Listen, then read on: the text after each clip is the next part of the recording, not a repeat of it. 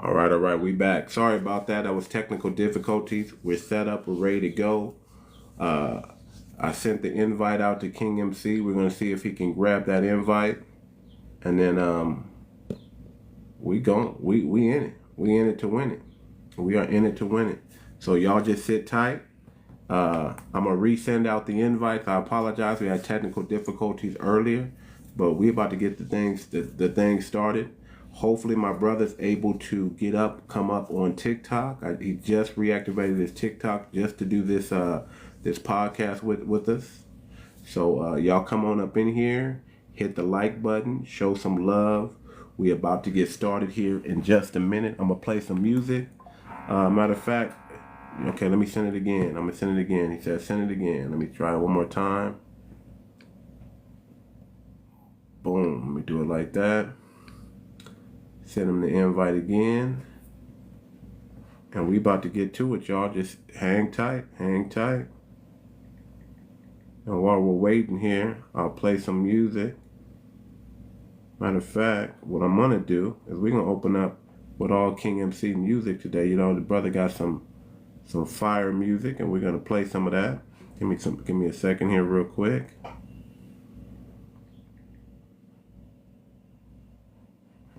So hopefully we can get them up. If not, if we can't get them up live on the TikTok, I'm gonna have to move it over to the YouTube, y'all. Okay, I think he's in the room right now. Let me see if we can bring him up here. Hold on. Yes, we can. Yes, we can. Let me bring him on up in here. All right. Y'all come on up in here. Hit that like button. Hit that like button. Come on up in here. We about to get the interview started. While we're waiting here, I'm gonna resend out the invite. There we go. There we go. There we go. Can you hear me, sir? Bring you up in here. Actually, I'm actually gonna put you on the big screen in a minute. Can you hear me? Yes, brother. Where am I at? We can barely hear you though. Or maybe that's me. Maybe that's me. Say something again. What's happening? There we go. Okay, loud and clear. Loud and clear. Okay, what's going on, everybody? It's the Too Much Moxie podcast. I am your humble host, Too Much, and we got with us one of the pioneers of Westcoast rap, the one and only King MC. I want y'all to come up in the room. I know y'all I still got to send out some quick invites. So what I'm going to do real quick before we get everything started, I want to make sure everybody's in the room. Let me send out some more invites real quick. Y'all sit tight. We're about to get this podcast started real quick. I'm going to play some of our brothers' music here while we're waiting. Try not to flag me too much on YouTube, brother, because I'm going to put this up on YouTube. I know they're going to flag the music real quick. I know they is. Where it is? I know they is. But yeah, we about to start the interview in just a second here. I'm just gonna send out some more invites. When y'all come in the room, y'all know y'all gotta show love to Black content creators.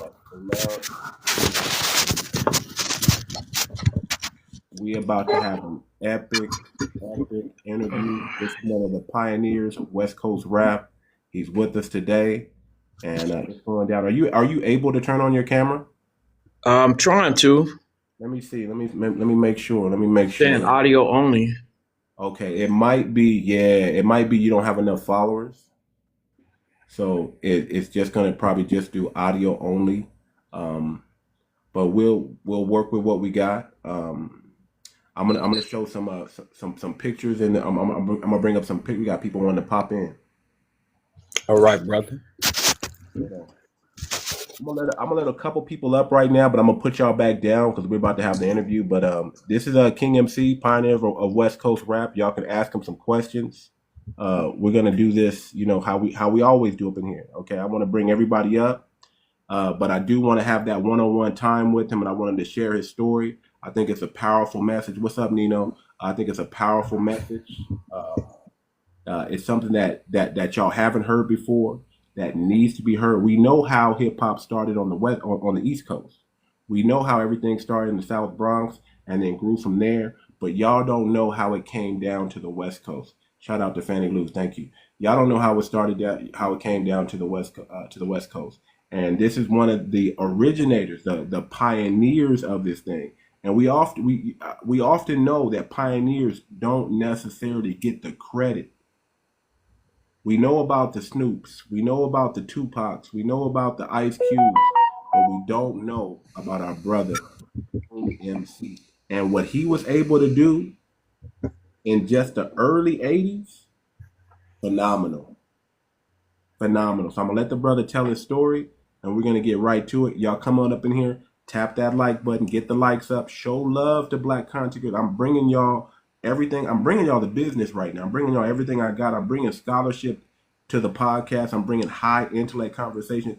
I guarantee y'all not having conversations like this on any other podcast. I guarantee it. So make sure y'all show love. We about to get to it. I'm about to play some music real quick, send out some more quick invites. And then we about to holler at our brother, man. Our brother King MC. He's with us today. Unfortunately, he can't turn his camera on. He's fairly new to TikTok, but the brother's a legend.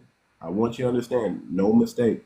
This is a legend. This is the first dude. Before y'all knew about Lil Wayne and the Jay-Z going in the booth and just mumbling, this brother go in the booth. I say, man, I just throw a topic at him, and he just walk in the booth and destroy the booth. One shot, one take, rap, cut, mastered. It's ready to go. I mean, the preparation, the skill level, the intelligence. Y'all ain't never seen it at this level. Y'all ain't never seen it at this level, but y'all hear about it. But this brother was doing it back in the '80s. You understand what I'm saying? Back in the early '80s, before man. I'm gonna stop right now. Let me play some music real quick. I'm trying to pull up your music real quick, King MC, and then I gotta send out some more invites real quick. But people are popping in the room. Make sure y'all get them likes up, and we're about to get to it. Hold on. If you wanna say something, you can too. If you wanna talk while I'm doing it better. There we go. You gonna start out with this one. I like this one.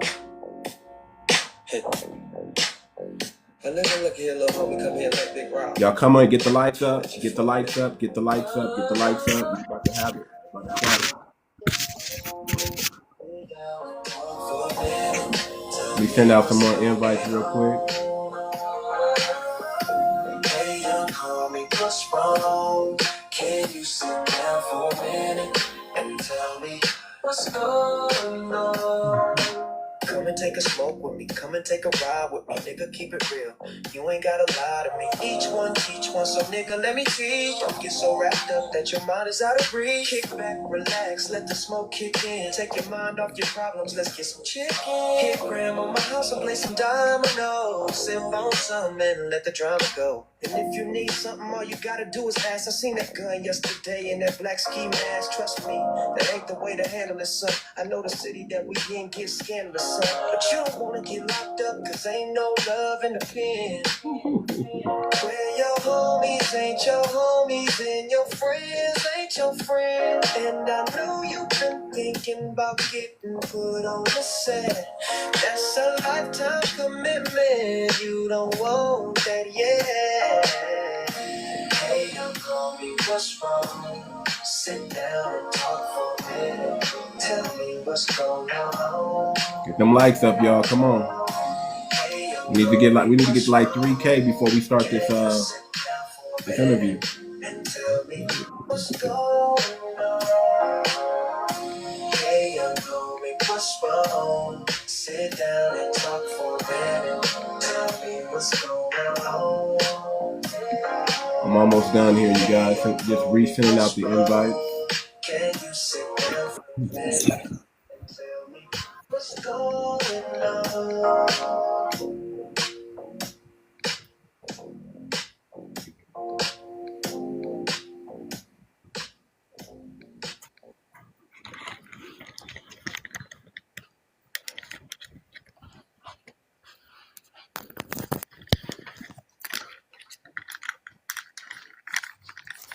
A lot of feedback on your mic here.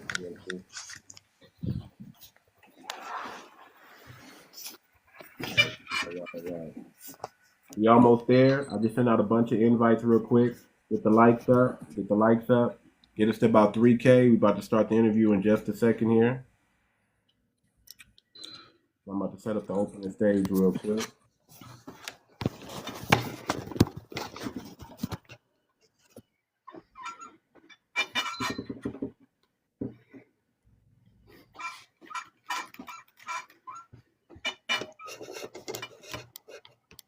Do you know how to do you know how to mute your mic? Do you know how to mute the mic and unmute the mic? Mute my mic. Yeah. Do you know how to mute it and unmute it?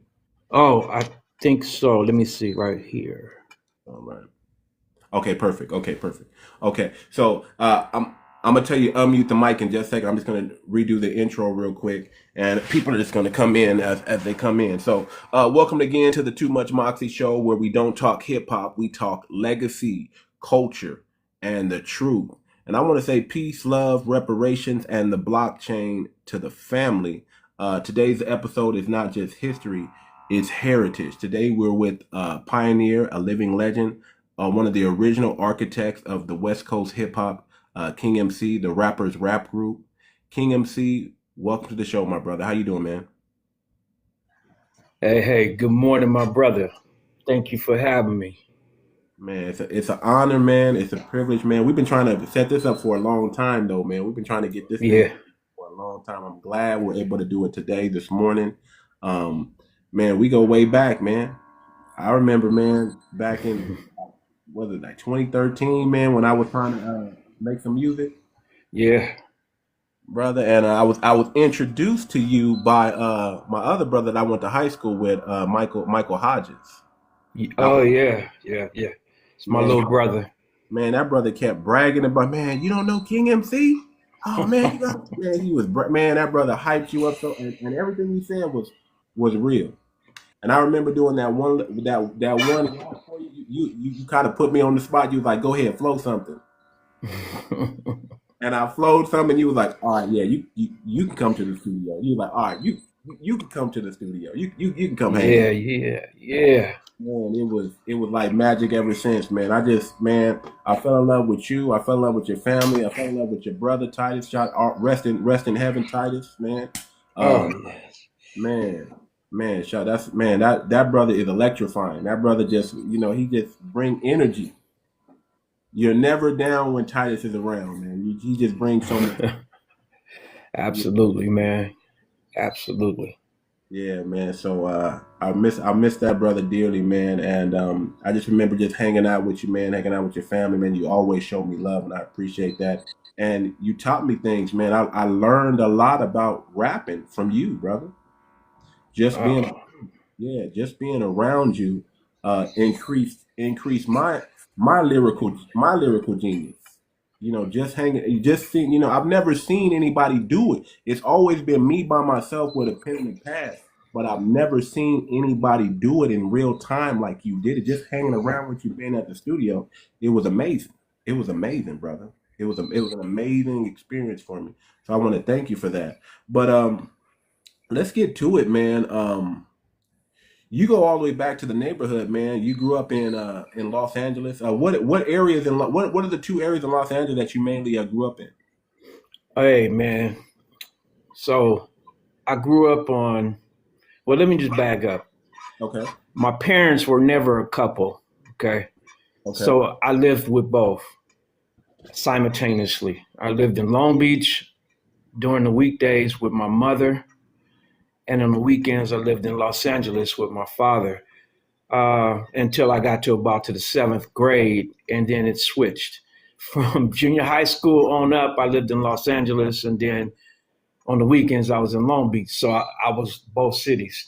Uh, I lived on 29th and Hobart. That is off of 29th and Western in Los Angeles. And then I grew up on the east side of the LBC. Hmm. You know what I mean? Yeah. And that was off of 12th and Alamedos. You know what I mean? Our 12th and Lewis, depending on which side of the block you come from. But yeah, that's it, man, right there. Okay.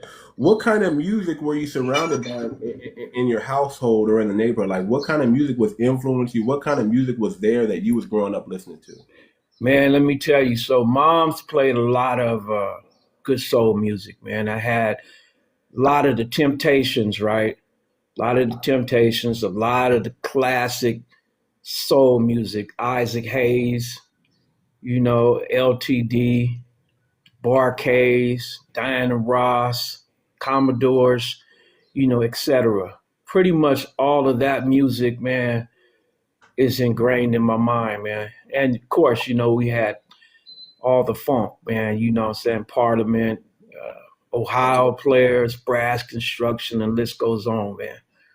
Okay. Yeah.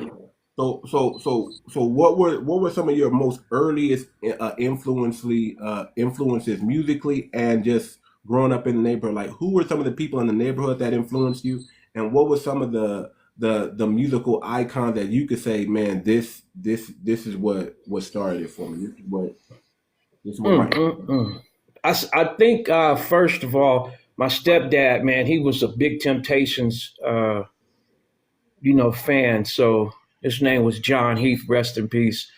Uh, he used to play the Temptations all the time. And I remember, being a little dude, he was on a telephone, back when the phones were connected to the wall and all that. Uh, he Mhm. was talking to somebody on the phone. He had called Detroit because he wanted them to hear this brand new album he got. And the song was Ball of Confusion by the Temptations, which became an iconic, real big song. But just having the memory of hearing it live, you know what I'm saying? He had the record player in the living room and he was playing and he was just having a good time. And I think that was my introduction to music, just seeing how everybody was vibing off of it. Okay, okay. So, what now? Tell us like the story. Tell us like how you got introduced to hip hop specifically. Uh, Oh, what brought you to hip hop, and how did you get introduced to it? Who brought it to the neighborhood? And then talk about some of the guys that you grew up with in that neighborhood. all right. All right. Well, before I even say that, I just want to say this, man. This is my version of how um, West Coast hip hop began, okay? And it's a lot of us that was involved, Okay. and everybody has their own version because we all saw it through different lenses. So shout out to all of them guys. But what happened was, like I said, I lived in both cities, right? And sometimes the Most High just put you in situations, man. So I had these friends that lived across the street from us, the Bean family, and they had a cousin that was from New York that was there for the summer. So while we're listening like songs like Flashlight and Knee Deep, because I used to do the robot and I used to be locking, battling everybody, man. Anybody that came, I was ready, man. So he wasn't playing the music we were playing. He was sitting over in the corner with a boombox, and it sounded like he was listening to people argue. That's basically the best way to describe it. And I just kept saying, "What in the world is this brother listening to?" But I started to realize it had a pattern to it. It was like rhythmic. And this was 1970, 1970. I'm going to say 1979. It could have been late 78. Okay. Right. And so I asked him about it. I inquired. I said, I don't remember his name, but I inquired. He said, "Oh, man, this is rap." So that was my introduction, right? And I said, man, okay. After I listened to it for a while, I started realizing they was rhyming. And at this time, rap hadn't caught on out here in Cali. Okay. So I had a very early introduction. So after a while, I said, man, can you make me? He had two cassettes on his boombox. So I went and bought me a blank cassette, and he made me a copy. And I started listening to it over and over and over again. It was like Grandmaster Cass, Funky 4+1, Crash Crew, Spoonie G, a lot of them early greats that became legends. And I learned all of the lyrics within a week, right?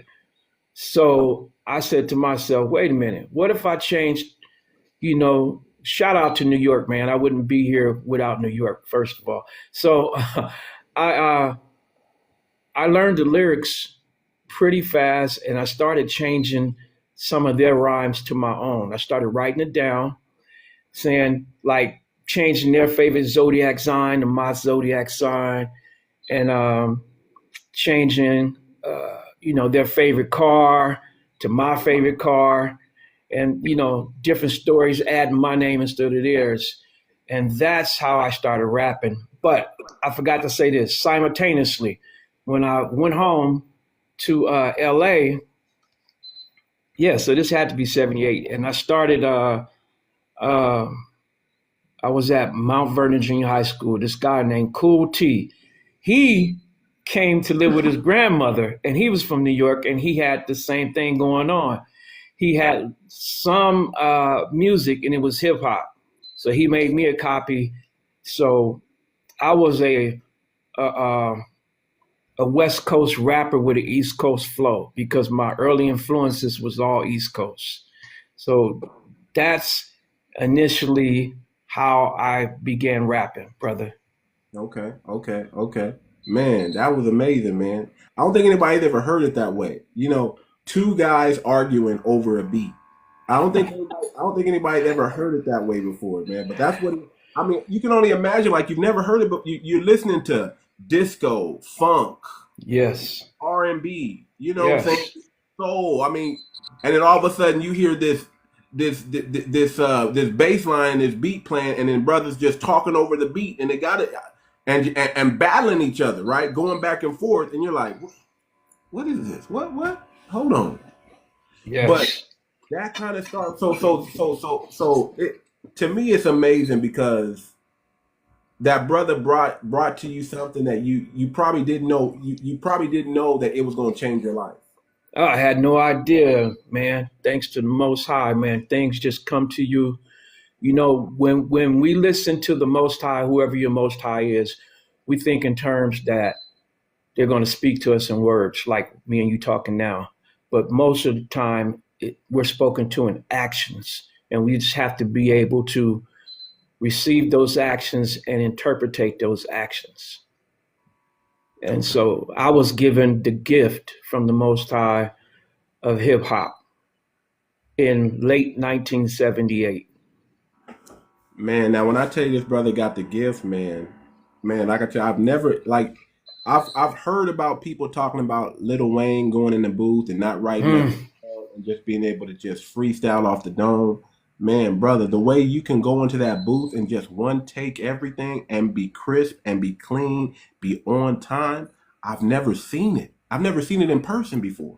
Oh man, I've never thank you, seen it in brother. person. I've only heard about it. You know me, I got to go in there, with my little speech impediment, I got to go in there and 20 take everything. You used to be like, you ain't got it down yet? I'm like, give me one more shot. Man, I used to go in there, man. Man, I used to have to drink a lot of water, just go in there and just hit that booth. I'll mumble over my words a little bit, man, and I didn't have that preparation. I didn't learn that preparation until I got around you. I didn't learn that. Right on, brother. Man, I was impressed, brother. I was just impressed. Now, how did you? I want to fast forward a little bit. Okay, you started rapping.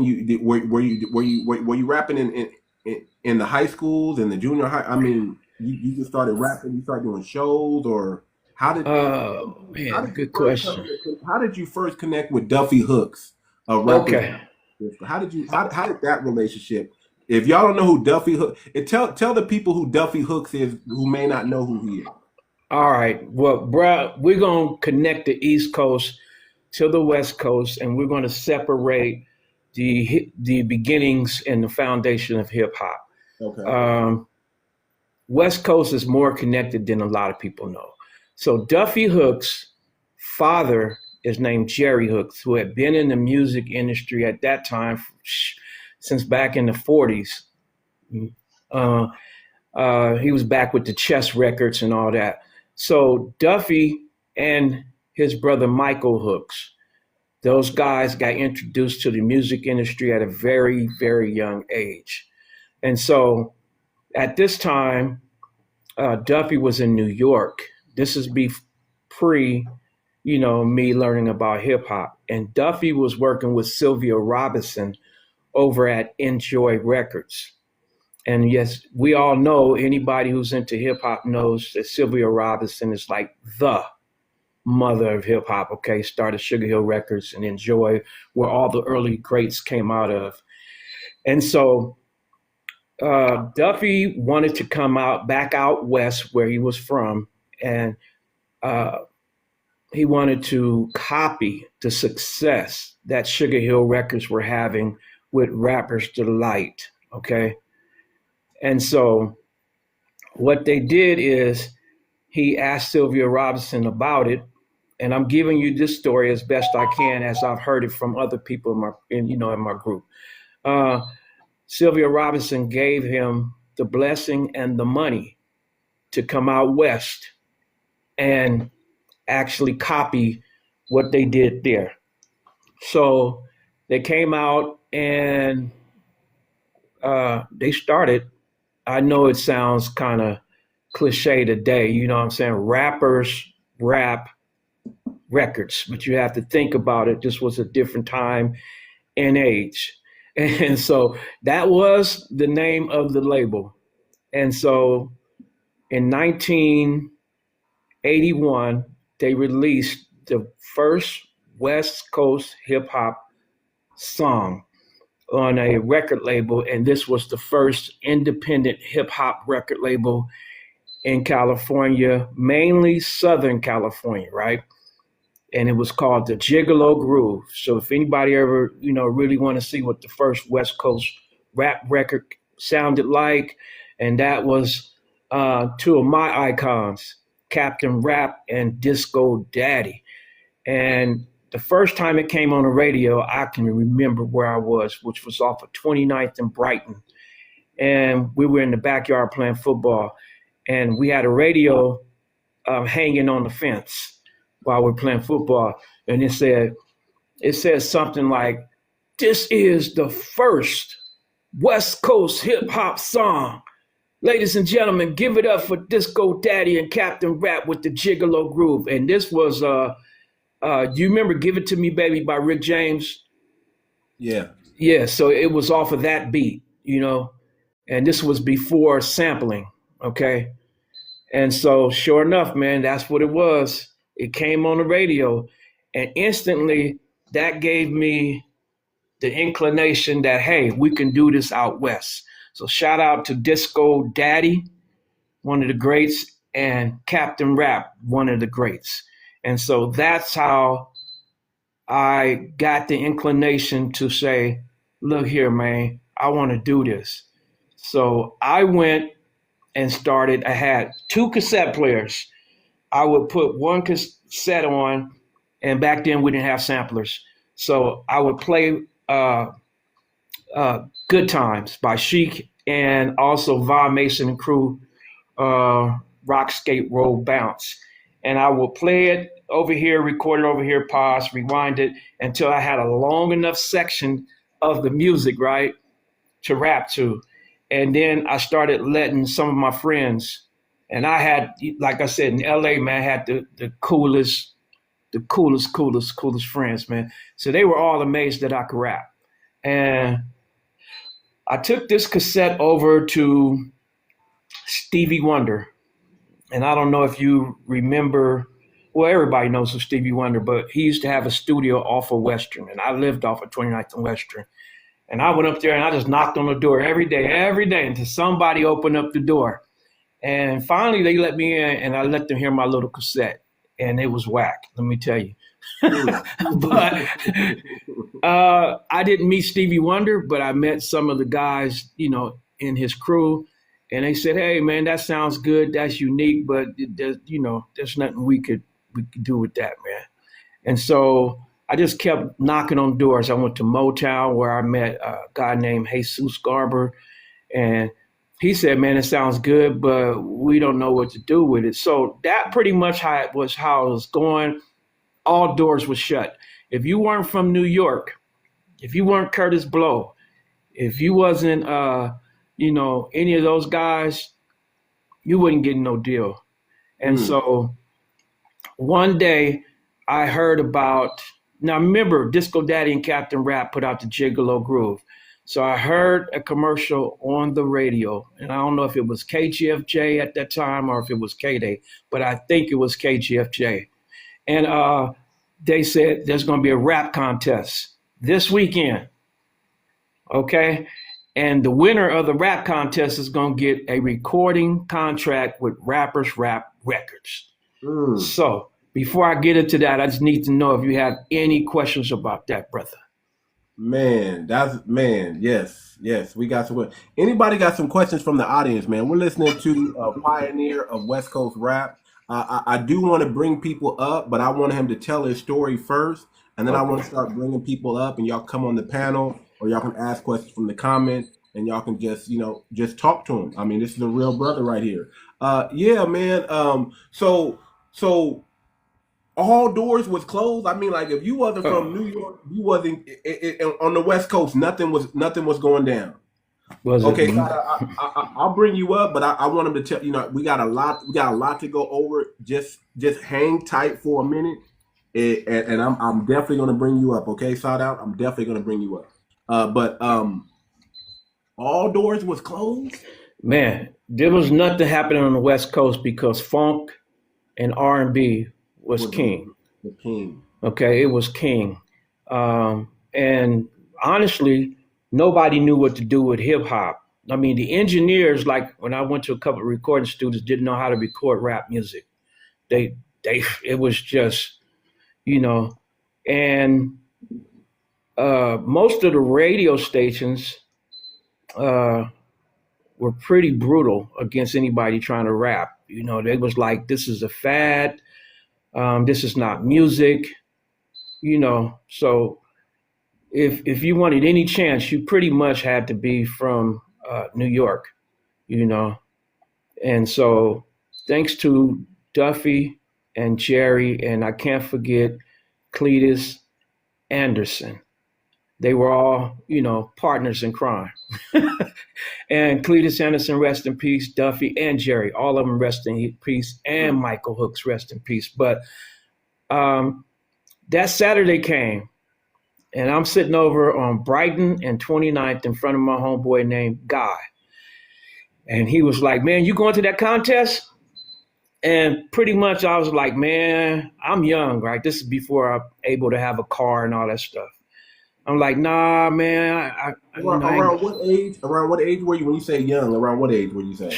8th grade, and whatever age is associated with 8th grade. I don't know, 14, somewhere around there, 15. I'm not for sure what the age was, but 14, yeah. I said, nah, man, I don't feel like, because it was a few miles from there. It was like Adams and Western over to Crenshaw and Western.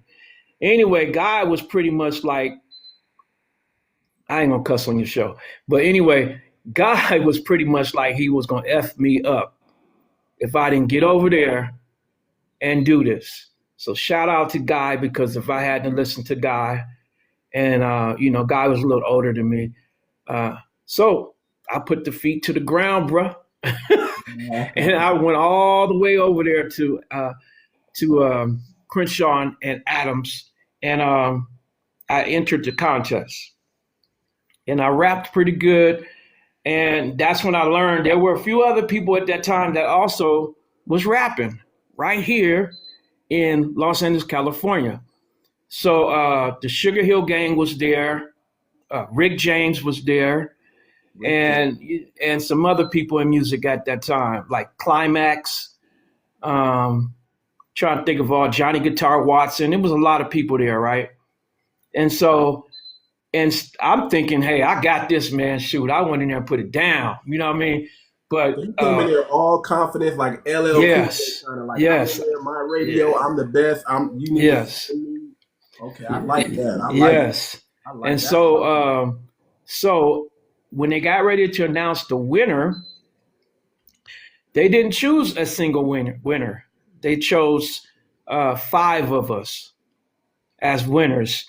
Okay. And then that's when it came to get the contract, we went down to Hollywood. Well, I went down to Hollywood, and so did those guys. We all went individually. And that's where I met my brothers, because they said, we're going to start a group, and it's going to be named after the record label called Rappers Rapp Group. Okay, I know that sounds funny now, but it wasn't then. But the Rappers Rapp Group, right? And so that consisted of my icons, my OG. It's like my big brother, OG Frost, right? I'll tell you more about him. And Okay. then that was DJ Flash. Well, let me go back to Flash, but it was Frost. And then we had Lovin' C, who was known as Disco Carl then. So you know it was a long time ago because he had disco on his name. Disco Carl. And we had Mr. Ice. We had a brother named Mackamo. Let me make sure I got everybody. Mackamo. And Mackamo. And then we had one more guy show up, but this guy wasn't at the contest. His name was DJ Flash, right? Okay. So we're all upstairs. Of course, nobody knew the music biz, but they had contracts. And we're all up there talking, and they giving us the rundown of what we're going to do. But then they said, we got one more member. I want you guys to look out the window because they're pulling up right now. It was a white dude, man, in a convertible, some type of car. And he was looking like a Clint Eastwood, man. So we all looked at each other, and we looking down there like, who is this? And it was a white dude. His name was DJ Flash. So he came upstairs, and we were a little concerned, man, because we like, wait a minute, hold on, man. I ain't seen no white dude, da-da-da. But DJ Flash came up there, and he busted out his lyrics, and it was all love, because you know how we are as black people, man. We don't hate first. You know what I mean? You got to earn the hate. Right. So it was all love, man. So I'm glad you said that. We don't listen, all you tethers out there. We don't hate first.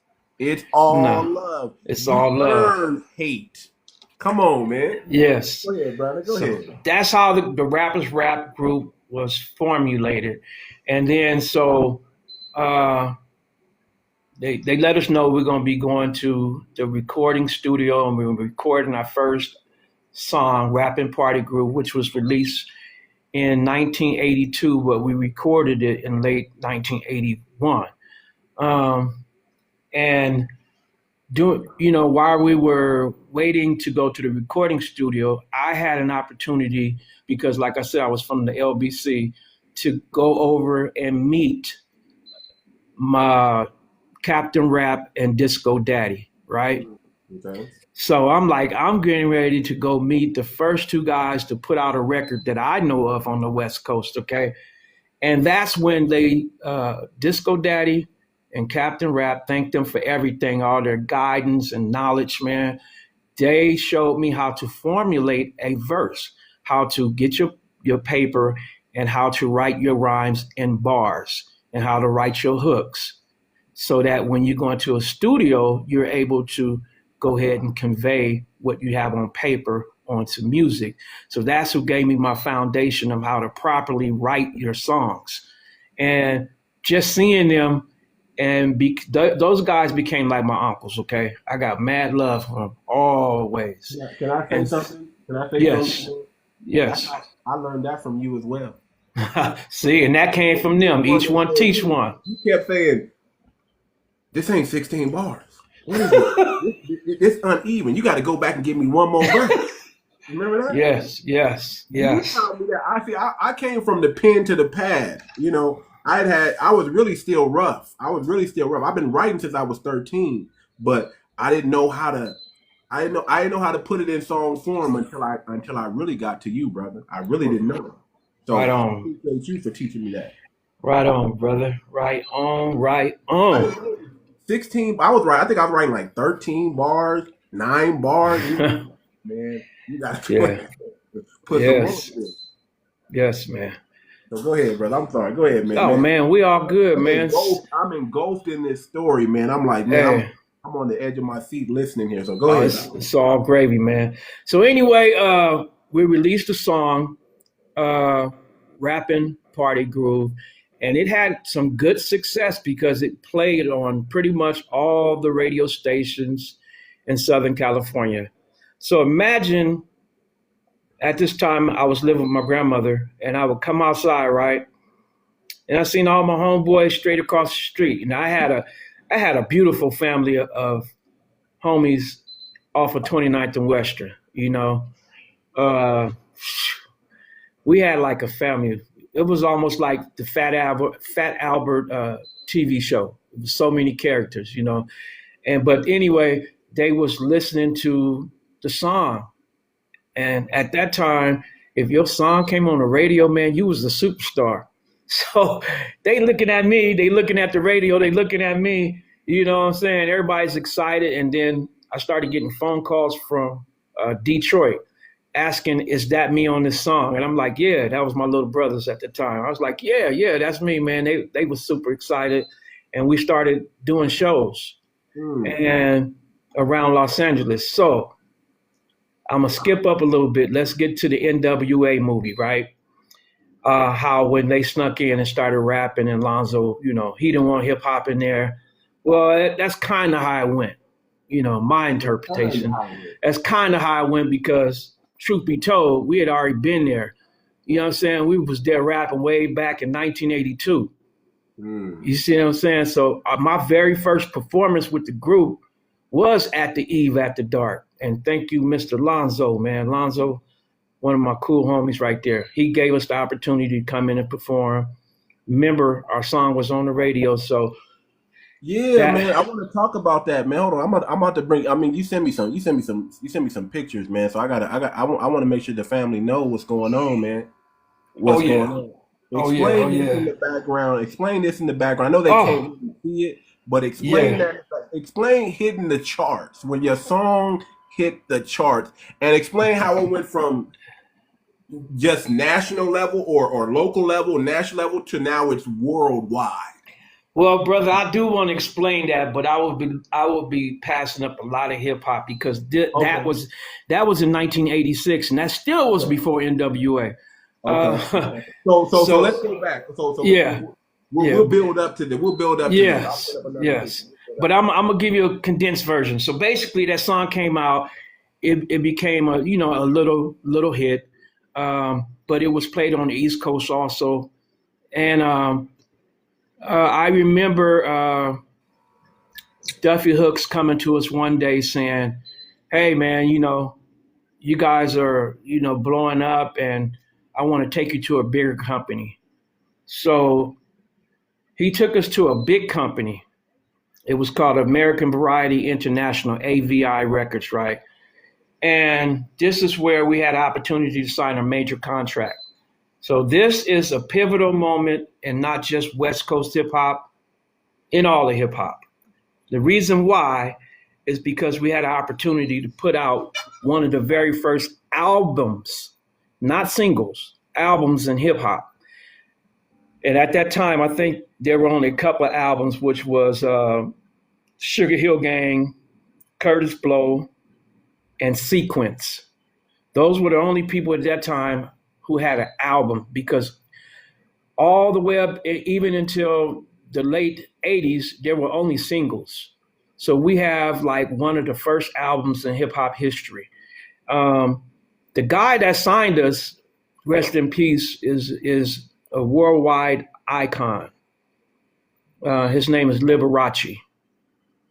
And that is a true story. A lot of people don't know that. Liberace, the great pianist, actually was the owner of American Variety International Records and heard our music. And so we got signed. We had to change the name of our group to Dark Star.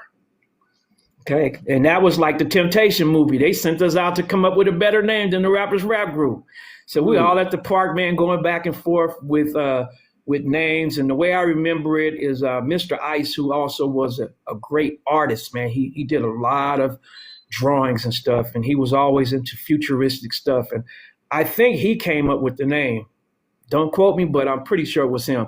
So he came up with the name Dark Star. We went back to the record company, and then we went in and recorded the album.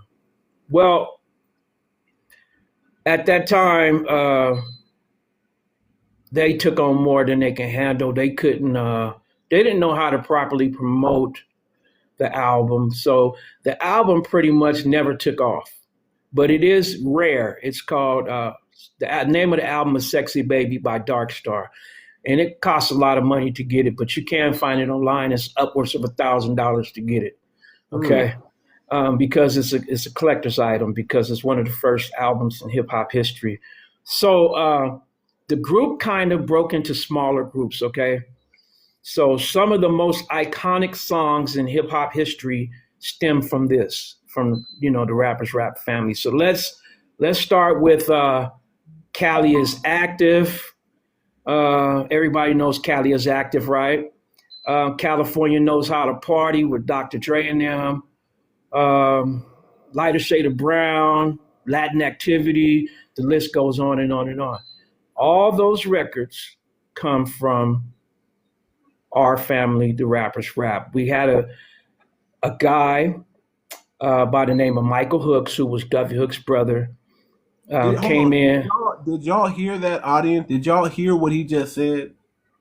I want you to go back, because I want y'all to hear what he just said, where it all came. Where did it all come from? Okay, it all came from one of the early recordings, right? It's called Westcoast Pop Lock, and that was on Rappers Rap Records. And man, so West Coast Pop Lock is a song that goes, California knows how to party. California knows how to party. Yeah, in the city. So that song actually came out back in 1983. See what I'm saying? 1983. So anybody want to get on the internet right now and look it up, West Coast Pop Lock, and you will be shocked to know that California Love came from that. So then, breaking the group into smaller sections, we had MC Frosty and Love and C put out Radioactivity Rap. That's Let's Jam, Radioactive. So that's where the Cali is Active and all that come from. And then on America's Most Wanted, that Cuz, Blood, Gang Bang, and then it's Thugs, Pimps, and Dope Slang. That's a very iconic line, right? But that line is not Snoop's line. So if you look up Radioactivity Rap, right? The first thing you're gonna hear on the song way back in 1983, or is it 84? One of the two, is Cuz, Blood, Gang Bang, and that's MC Frosty and Love and C. Now all this is the Rappers Rap Group. Like I said, we had to break into smaller sections. And then another song came out of the camp called Bad Times, which was a national hit by the one and only Captain Rap from the Rappers Rap family. And it was like, I can't stand it, you can't stand it, da-da-da-da-da. Planet Bad Times. These are for real. Bad times, what you and I feel. So that song went on to become a huge, and if you look that up, you see Bad Times is a worldwide hit. And so we went on with a string of songs, right, leading up to that question about the chart. And we also broke into even smaller groups. Me and DJ Flash had a group called the Future MCs, Rodic City Rap, State of Shock Rap. For that movie, Beverly Hills Cop, we did the Beverly Hills Rap. And so those were some of the early things that we were doing. Now, mind you, at this time, there are some other people who I got to shout out, Motorcycle Mike, who actually came out around the same time we did, but he was in the Bay Area, okay? And then there were some other people. So it was popping in the Bay still. Yeah. Motorcycle Mike was out around the same time we was out, although I had never heard of him because, you know, the Bay Area and Los Angeles was worlds away, man. It's two different planets, man. You know? Man, so let me ask you this question. Yes. It seems like the Bay Area, they gather around their people out there and they support them, like the Too Shorts, and the Mac Malls. I mean, like they make these people E40. I mean, I remember nobody knew who E40 was, but E40 was big in the Bay, and then all of Yeah. a sudden E40 just touched the scene because he was a Yeah. star, but he had that weird flow that not everybody could kind of understand, and Hmm. but it was like he was like before his time. So Yeah. can you talk about the difference between like the Bay Area and how they support? Was there the same support down in Los Angeles at that time, Mm. like it wasn't like it still is in the Bay? To be honest, Uh, like were they I really can like honestly, I can neighborhoods? honestly say, man, I didn't really hear anything come out of the Bay. Like I said, I know there was a guy who I found out way, probably 20 years ago, named Motorcycle Mike had came out, but I had never heard of him or his music because we all at that time we didn't have the internet. We all had our own radio stations around locally. So if you weren't in the area, you pretty much didn't hear. I do remember when I first started hearing E40 and them, but that was many years later, man. Of course, But the Bay, I've actually lived out there, and the Bay is like I said, its own world, and they got a hip hop culture there that is it's infectious, man. And they really, really pay homage to the pioneers by including them in their music today, or doing remakes, or shouting them out. You know what I mean? I got love for the Bay Area. Yeah, yeah, but trying to speed this up here, man. So basically, Rappers Rap and all that came to an end, okay? And it came to an end because rap was something that was still in its infancy, and it was ever changing. And the new cats that came along were more creative and innovative and more daring. They took chances, you know what I'm saying? They were doing things that we were doing, and we came in around the disco and funk era. So like I said, it was growing. So once that was over, I'm trying to figure out what am I going to do now. And I was reading the newspaper, and I saw an ad, rappers wanted. So I answered the ad. I went down there, I auditioned, and it was these two guys named Benny and Lenny Wiseman at Street Talk Records, right? So I went in there and I busted a rap. They loved it, and they say, "Hey, we have this idea." I didn't come up with the idea; they did. They said, "Hey, um, Janet Jackson has a song called 'What Have You Done for Me Lately?' You think you can write an answer to that in a rap format?" So I said, "Yeah, I could do that. I could do that, man. Yeah, ain't no problem, man." You know what I'm saying? Because I still wanted, and I still had a yearning for hip hop. So now I had an opportunity as an independent artist, right, away from my group, to put out a song. So, I'm still young, and remember, we wasn't making the money that they making today. Okay, it wasn't no money in hip hop then. So I get on the RTD. I'm keeping it real. I get on the bus, right? I'm headed down Western. But before I hit 29th and Western, the song was written, and I had already balled up the paper and threw it away. So the next day they said, come on down, let's start recording. So I walk in, they like, "Where's your notebook? Where's your pencil?" Said, "I don't need no notebook and pencil." And I went in there and killed that whole song. Now, mind you, today they doing, 116 or 216s. I had to do 416s. I walked in and knocked out 416s mm, in one take, no pencil, no paper. And mm, they were shocked, man. They were shocked. Knocked it out. And I remember it was this girl there. She was pregnant because they were auditioning to be on the label. And they came up with the idea, "Hey, let's make her Janet. Let's put her name was Screaming K. Let's put her on the record." So they got Screaming K to act like she was Janet Jackson, busting her rap back to me. And so I did the song. And a few months later, I heard it on the radio. Right? Every time they would play "What Have You Done For Me Lately?" They would play "What Have I Done For You Lately?" which was my rap version. So it was anytime she was played, I was played. So I got just as much airplay in Los Angeles, right? So it started to die down, and I'm thinking, okay, I guess that's the end of that. Wasn't really no money, and it was all for the love then. Then out of nowhere, man, Benny and Lenny calls me and tell me that I have the #2 song in all of Europe. That's where the charts started right there. That's where that chart is back there. Look at that. Yeah. What number? Look at that's Disco Dance Top 50. You were up at the top, brother. Yeah, I was on a lot of charts. Asterisk right there is y'all can't see it, but that's the song. Yeah, and I hated the song just for the record. I absolutely hated the song, right?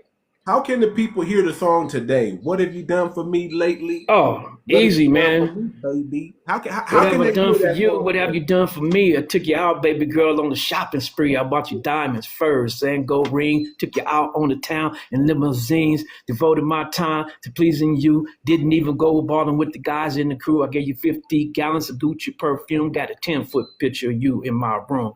Now, I was busting like that way back then. You know what I mean? So basically, man, they came over to my house because I was living with my grandmother, and they said, hey, he got a big song in Europe, and we need him to go on a tour. Mind you, I ain't been out of the hood. You know what I mean? I ain't been out of the hood. So my grandmother was hesitant, but they talked her into it. I went down and got a passport. Next thing you know, I was on an airplane. And on my way to Europe, I arrived in Europe on the same day that Princess Diana got married. Okay. In 1986. Here I am leaving the hood on an international flight. Huh? I'm talking to the people trying to get I'm going to bring y'all up in a minute. I just got to let my story out, and y'all can come up and we can chop it up and y'all can ask them questions and we can have the Discord back and forth. Yeah. So I'm on an international flight right now. Let me just get off base and tell you my first reality check that race is a lot to do with a lot of things, right? So I get on the airplane, I'm sitting there. 2 guys in jumpsuits with badges come up and take me off the plane, right? And so I'm young, I don't know what's going on. They took me into a room, they had all my luggage, they had gone through all my luggage, and they were interrogating me about why am I in a first class seat going to Europe? Who do I know in Europe and stuff, right? So this was all racially motivated. But you know how I told them what I was doing? This is a true story. I said, I'm a rapper. They was like, well, what is this rap? I said, it was a freestyle. It was off the top of my head. I said, I made this record called What Have I Done For You? Now I'm on the mic. This is what I'm going to do. Go overseas. I'm going to do or tour. My name is Rockin' Rob and my rhymes. And they started laughing. They were amazed that I was freestyling, put my stuff back in my bag. I was on the plane on my way to Europe, bro. And when I landed in Europe, as America has a way of shaping our perspective and our view of other countries, I thought I was going to run into people with wooden shoes, dressing like they was from the 15th century, right? That's what I was expecting. But when I got to Europe, I found out I was a superstar, and I had no idea. I didn't even know how to approach it. So the record was a huge hit, a huge success, and I was doing 3 shows a night at about $1,000 per show. Okay, and of course, the record took off so big. I did national TV. The video, my first performance in Europe, is actually on YouTube. You can easily find it. Put in King MC, What Have I Done For You Lately? It was on a show called The Countdown, right? MTV in Europe. And that was in 1986. So I was one of the first rappers that were able to take hip hop abroad. And, you know, so when I got there, there was another group there, right? From California, believe it or not. Okay. And so this is going to shock you, man, but this is a true story. So they said, hey, you guys, you can go in the back. There's food, everything. So when I go in the back, there's like 100 Big Macs, 100 quarter pounders, and 100 of this and that. And I'm like, man, I'm a little skinny dude. I'm like, man, hold on. What's all this for? It was the Booyah Tribe. It was the Booyah Tribe. That's why it was so much food there, man. Now, I hadn't heard of the Booyah Tribe, and I should have heard of them in Cali, but I met them in Europe. And so that was crazy, man. So that's how I met the Booyah Tribe, man. Shout out to them. A lot of them passed away. Rest in peace. So that's how those charts came about. And that song was my biggest song. And sometimes the music that you don't even like becomes your biggest hit. So that song became my biggest hit at that time. And so pretty much from that point on, I started getting into writing, producing, and I made hundreds of other songs. Yeah, that's how all that happened, brother. Okay, man, man. Back then, you weren't just a rapper. You were messengers. You and your whole group, the pioneers I'm talking about. Yeah. What message did you feel responsible to deliver at that time? Because I know hip hop was in its conception and its forming. What message were you trying to convey in your rhymes that you felt that was important to convey at that time? Because we got people like Public Enemy that was out. I mean, our music was a lot more conscious in the beginning than it is today. So, what message did you feel like you need to get out in your music? Honestly, man, I'm gonna keep it 100. I was just trying to be the baddest MC in the world. That's the only message I was trying to convey, that if you come up against me, I'm going to murder you. You know what I'm saying? That's what rap was then. It was battle. And it was about who can make the party jump the best. It wasn't until actually NWA came out that hip hop really took a turn. And the day NWA came out was pretty much essentially the end of my early career. Because we went from throw your hands in the air to I'm gonna kill your mama, F the police. There was no way to compete with that, man, because that message resonated more with the community than throw your hands in the air, because we were all dealing with the brutality of the LAPD. And so I don't think I got conscious until about the 1990s, after Latasha Harlan was shot by the store clerk, and there was no justice, and then everything just spiraled out of control. The whole Rodney King and the O.J. Simpson, it was just so much going on at one time that it made no sense to rap about frivolous stuff. I started rapping about world history and knowledge of ourselves and just things going on around me. My message became deeper. Public Enemy, when I first heard Public Enemy, it wasn't political. D Barnes, who had a show called Pump It Up, which was one of the biggest hip hop shows. He used to come on Fox, right? Channel 11.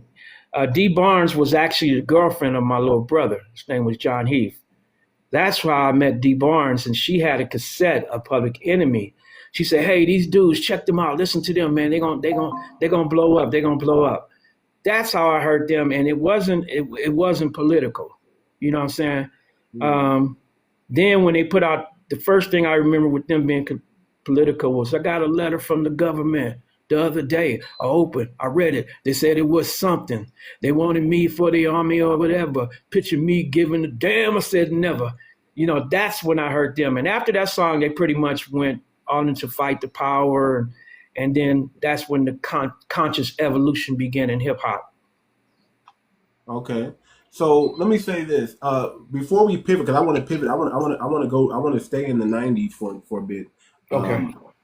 You have any like wild stories or like studio sessions, shows, or battles that share with us? I can remember one time Ice-T, and now this is before the record deal. I went to Manual Arts High School in LA, Toilet City. You know how we do it. Anyway, so at lunchtime, I kept hearing about these dudes gonna come up here for Dorsey, man. They gonna, you know what I'm saying? They gonna serve us. You know what I mean? But we was funky fresh in the flesh, man. So I remember Ice-T, and a couple other guys came up there to battle us at lunchtime, and it was a war. It was like Vietnam, man. We was going. This was hand to hand battle, man. At that time, I could rap for 3 hours straight without repeating a single rhyme.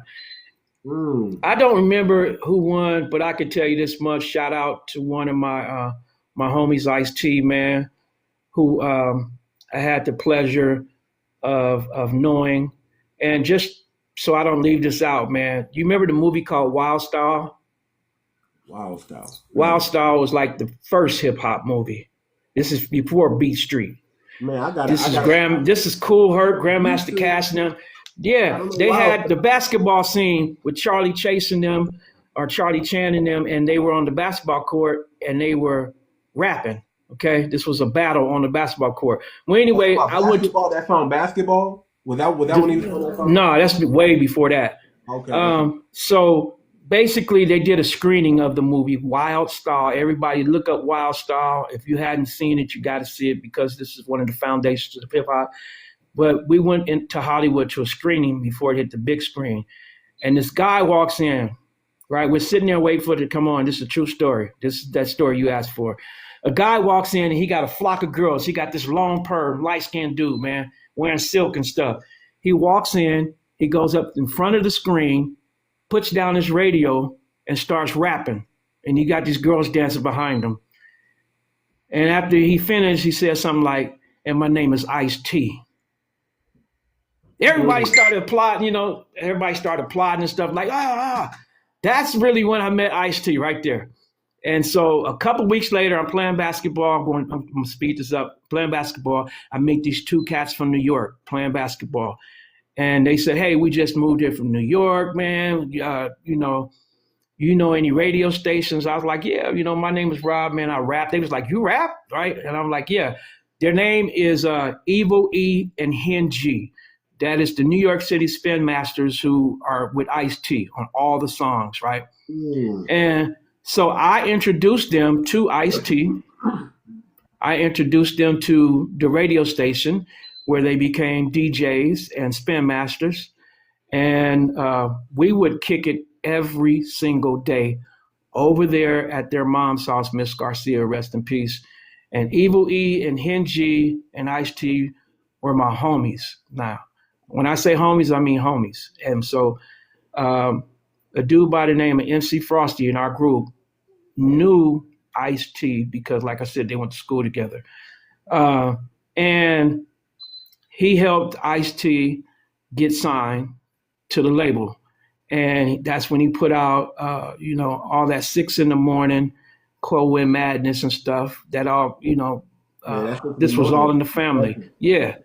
And simultaneously, man, at the same time when we were rehearsing this is the last story I'm going to tell. While we were rehearsing for our shows, the one that we was going to do at the Eve After Dark, or I could have had that part wrong, but we was going to do some shows. And so it was a LA City school tour. We went to all the high schools and junior high schools. There was this little boy who lived next door who used to come in and watch us, right? So when Foss would be saying cuz, blood, gang bang, and then it's thugs and pimps, now I know where Snoop got it from because that little boy was Snoop. Snoop lived right next door to me. And that's my belief where he got inspired to rap. Whether he remembers it that way or not, he was living right next to the door, right next to us. And if he called you and said, hey, man, that ain't true, tell him it was on San Francisco Street in Long Beach. And he was best friends with my little brother, Titus Heath and John Heath. Rest in peace, both of them. And so, yeah, I used to see Snoop all the time, but he wouldn't Snoop. He was just a little kid, man. He used to come in the backyard and play bumper pool and get into swimming pool. And my influences, it go a long way, man, when it comes to people who saw us rap, heard us rap, or either like this one cat. When I did that first show in 1982 or something like that, at the Eve After Dark, the world famous Eve After Dark, the DJ came out to me after the show and said, hey, man, I want to do music, man. How do you, all the questions. So I gave the cat my phone number. And when I looked at his phone number on the piece of paper that he gave me, it said Dr. Dre. Dr. Dre. Hmm. And I actually, hold tight. Hold on, real quick. I want y'all to hold tight. I'm gonna start bringing y'all up, but I want to finish finish our conversation with King MC. So just stay on mute when you come up. Those who want to start coming up in the box and you want to ask questions, I'm gonna start bringing y'all up. But I didn't mean to cut you off. I'm sorry about that's that. all right. So Dr. Dre. Dr. Dre wants to know how to get into the music industry, and look at him today. Now, I'm not saying I'm responsible for his career, his legacy, but I did do 6 months of coaching on the phone with him about, the game. And then he blew up, and then I pretty much never heard from him again, But his phone number on that piece of paper is my receipt. Still have it. It's at my grandmother's house in Carson. And it's in the picture book because Dr. Dre became so big and synonymous. It was understandable why I didn't hear from him again because, hey, he was huge. He was just enjoying success. And I was just an old school rapper. Like I said, a lot of people just pretty much thought we was dead and gone. But yeah, man, that's how it all went down, man. Okay. So let me say it like this. As I want to jump back into the 90s. As the scene evolved in the 90s, how did you adjust and pivot with it? How did you navigate the 90s based on what you did? Luckily, I had some success overseas. So Europe, mainly the Netherlands, had they had actually embraced me over there. So I enjoyed most of my success overseas as a writer, a producer, and an artist. I made so many songs, man, and I had so much love in the Netherlands. It was crazy. So I had a career abroad. That's how I navigated the 90s, and I pretty much didn't have to do gangster rap because they had a mixture of dance, house, and hip hop. Like I said, it really wasn't my cup of tea, but I was doing what I had to do. And then that's how I navigated the 90s. And then behind the scenes in Los Angeles as a producer, I was able, not as a rapper, but as a producer, able to navigate the 90s. Okay, let me say this. This is just me being me. Man, how old were you when you made your first million, man? How old were you when you made your first million, man? Probably about 20, 21. Mm-hmm. And I didn't have financial education at all, just so you know. Right. Yeah. Right. Man, bless it, man. So a couple more questions, and I'm gonna open it up to the people in the comments and the people on the panel. What's your honest take on the hip hop landscape today? What's your honest take on hip hop today? Oh man, let me tell you something, man. I love the landscape of hip hop, and I love how it's so many subsections of hip hop, everywhere from street, to soft, to political, all embraced as one, but there are so many subsections. When I hear some of these young artists like Bando, 5 Star, 5 Star, that Danger in the City, oh man, I love, these cats. To me, I hear, oh man, I love, these cats. To me, I hear a collection of what we did early, and the people that came after us and the people that came after them, all of these, a collection of what we did early, and the people that came after us and the people that came after them, all of these rappers today are embracing that, but in their own way. You know what I'm saying? Them guys, they're very creative. and they do things their way. See, when we did it, you couldn't cuss. You definitely couldn't say the N-word. And you had to speak properly and clearly and articulate so we were coached. We couldn't just go in there and just, the way they do today. Sometimes it sounds like a person just woke up or they on something or they off something, but it still be popping. So I love all of today's hip hop. I'm not one of the person that say, that ain't hip hop, because all of it is hip hop. So yeah, I love today's music. Okay, let me ask you this question. Do you think the West Coast West Coast sound is ingrained in R&B, it's ingrained in dance, country.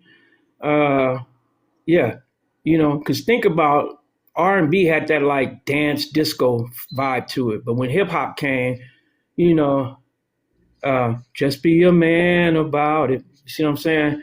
That had a hip hop beat. Dre did, and Dre was really, instrumental in that. And then one of my proteges, Battle Cat, right? I gave Battle Cat his very first drum machine. Day I came home from Europe, I did the LA street scene downtown Los Angeles, and I met this young cat who was like, "That's you that made that record?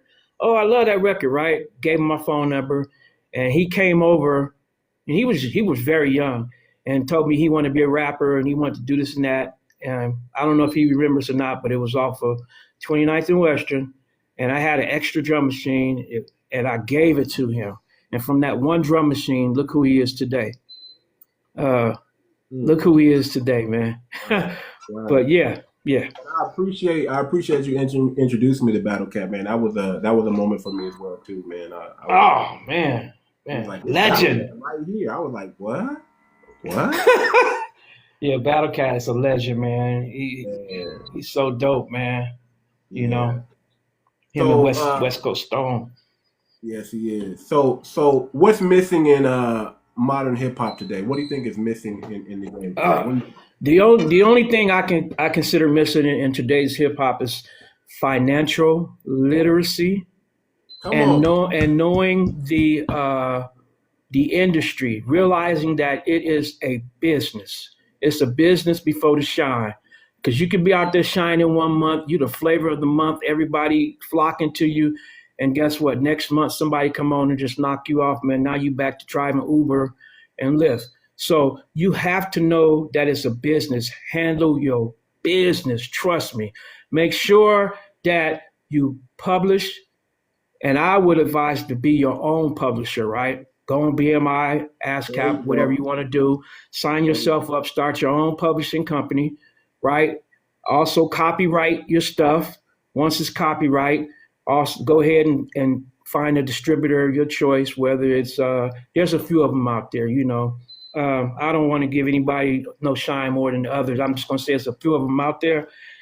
Once you've handled all your legal stuff, now you can play. Now you can go out there and ball out, because now nobody owns, like when we did it, man, we were only making cents on the dollar. You see what I'm saying? 2 and 3 cents on a dollar, man. And then they were trying to get part of that back. So I see a lot of rappers come and go, and a lot of them fall off, and I mean fall way off when they should never have to work again. So financial literacy, I believe that the recording industry as a whole should be mandatory before a person signs a contract that they complete like an 8-hour class or something like that on financial literacy, okay, so that they don't fall off. Okay, so let me ask you this now. Shit, you know me. I don't think anybody should be signing with any record company. But how do you feel about signing versus being independent? What's the best route today to make it in the industry to be successful? Okay, record labels is done. Okay. Record labels is done. Going up to these major record companies and selling your soul, homie, that's done. Because back then, that's what we had to do, man. And they had you they had you, man. And you basically was a slave. You see what I'm saying? And not only for one album, but for multiple albums and multiple singles. so many people, man, got screwed, and they still getting screwed. So independent, because now you are your own record label. You literally can go in your house, sit down, even on your phone, record a song, and 5 minutes later, it's on every platform in the world. So why would you go give somebody a percentage of that?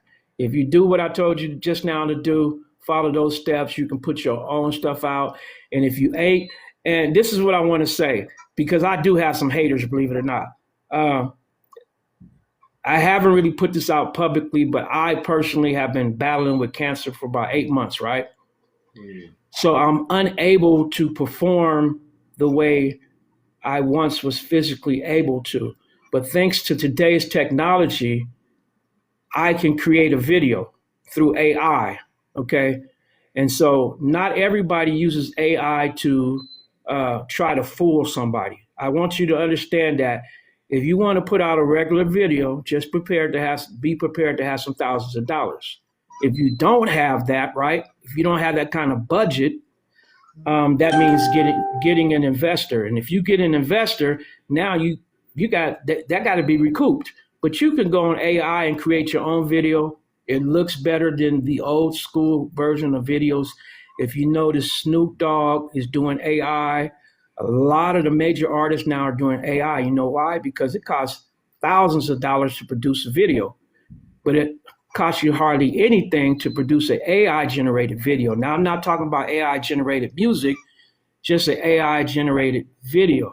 And case in point, I have a couple friends who, when I posted something, they was hating on it. You know what I mean? They was hating on it as though I'm trying to fool the public, and that is not my intention. They were hating so hard that they didn't even say anything about the music.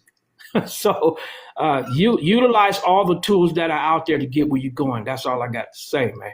For real. Man, thank you for saying that, man. I think people need to hear that, man. Listen, man. Don't let public opinion stop you from doing what you're supposed to do. Yeah. You gotta block the haters out. You got to believe in yourself. And you know what I always say? I always say this. If you're not prepared to get 50,000 no's, don't do that. Don't start that business. Man, for real. If you're not prepared to get 50,000 no's, then you don't really believe in yourself. So y'all got to be able to stand on business with that. But, man, I appreciate you saying that, giving that game out, man. Now, let's move real quick to the album, man. You got things cooking right now. Now, this brother, he's been rapping. He was a pioneer of Westcoast rap. 1981 put out the very first Westcoast rap album, and he's still doing it today. What do you got cooking for us today? What album should we be looking out for? Yeah. So basically, I've been putting together an album. The album's not out, so I've been dropping singles, right?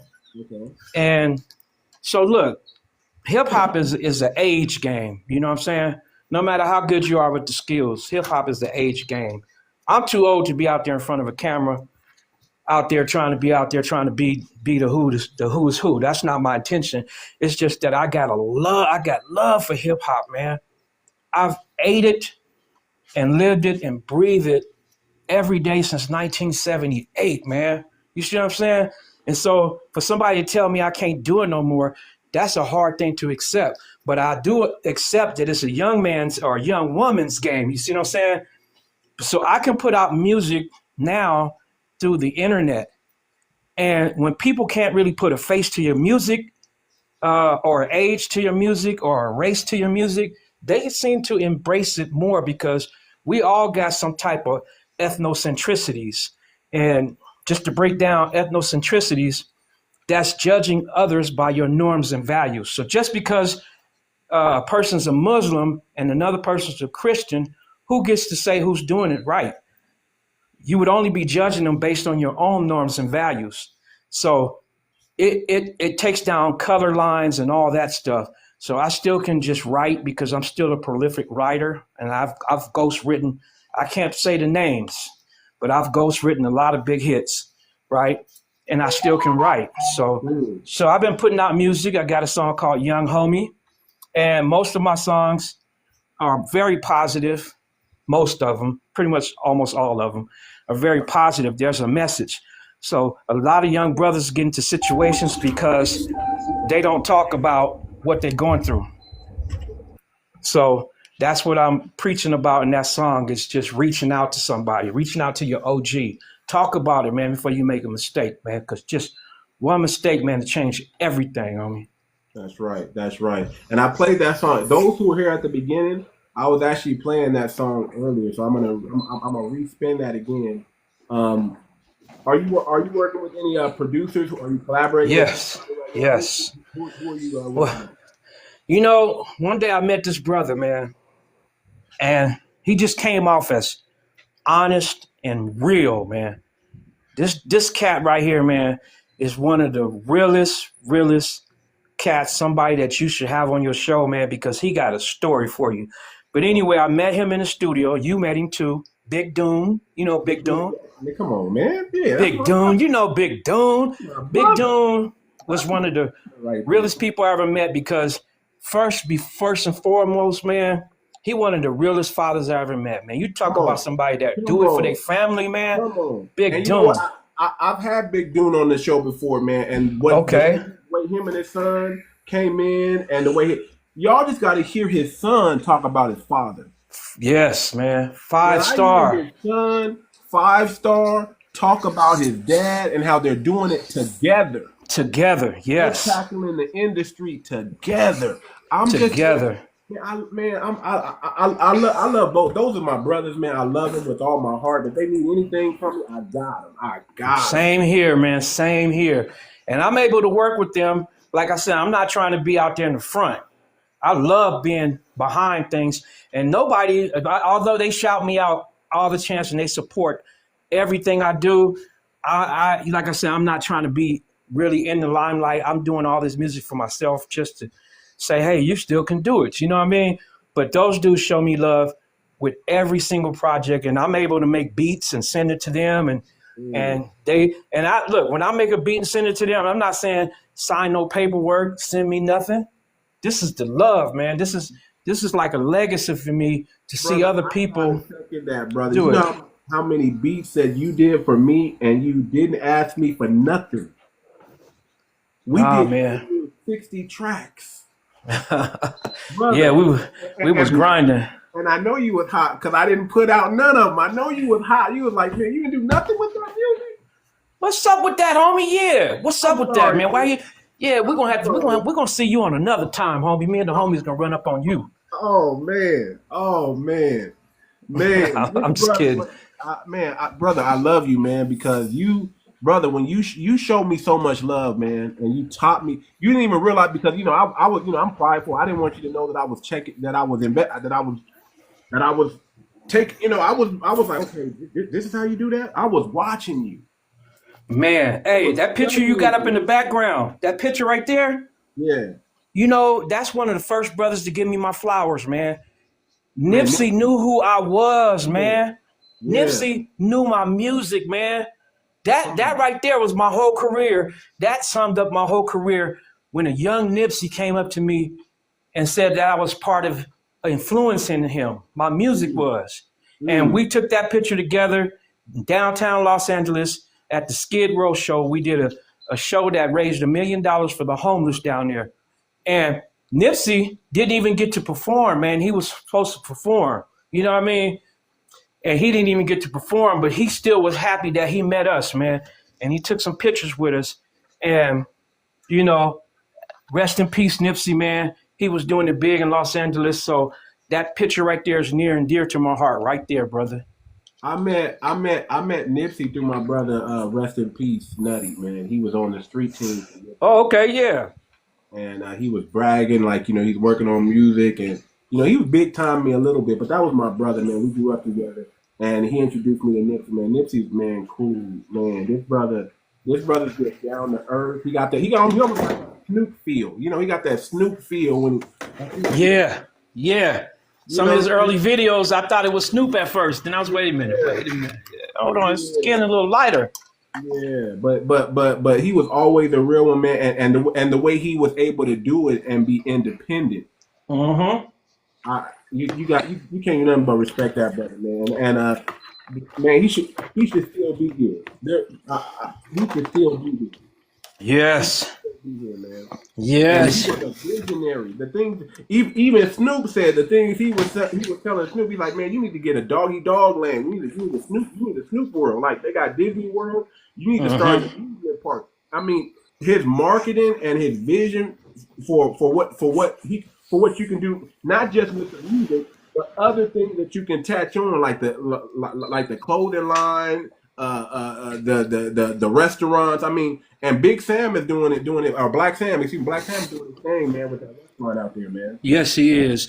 And when I get a chance to get out to Cali, man, I'm definitely gonna stop by there and get me something. Man, when you come out here, man, let me know, man, cause we go there together. But I gotta support that brother. Absolutely, my brother. Man. So when you come out, you let me know. Absolutely. But listen, I want to open it up to everybody now, man. Y'all heard my brother King MC, West Coast pioneer, first rap album in 1981 on the West Coast. Brother, I really believe you influenced a lot of people. They just never came back, never circled back around and told you. Because if for me personally, when I first met you, the love that you shown, that's that Black American, that's that foundational love that we talk about, man. We don't hate. I mean, the brother just said, spit a rhyme. I spit a rhyme. He said, okay, yeah, you can come to the studio. You can come. I was like, okay, cool. Man, you don't know how happy that made me. And then just to be around and meet all your brothers, meet all the people. I mean, you introduced me to Bo Rock, man. Bo Rock was on one of my songs, man. Oh man, that's my homie right there. And that's my favorite hip hop song of all time, Summertime in the LBC. When I met him, I was starstruck, man. When I met the whole crew, the Dove Shack, I was starstruck. And, we became homies, man, and we homies to this day. Like I said, that's my favorite hip hop song of all time. Mm-hmm. Summertime in the LBC. Shout out to Bo Rock and the rest of the crew. Rest in peace. Man. You know what I'm saying? To one of the members there, man, I hated to see C-Night go like that, because I was just with him a couple of days before he got, sick and passed away out in Phoenix, hanging out with Corrupt. Yeah. Yeah, man. Man, let me tell you something, man. All I received from y'all was love, man. And y'all I didn't have to ask no questions. All I had to do was pay attention, and y'all was teaching me.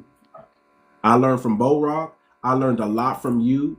I saw how you work with other artists. I saw how you created your beat right there in front of me. Like, okay, I'm working on, boom. You start pushing buttons and you just got on that piano and just start doing, it's like there was no instrument that was off limits to you. There was no instrument that was off limits to you. You just touched everything and you were just doing it by ear.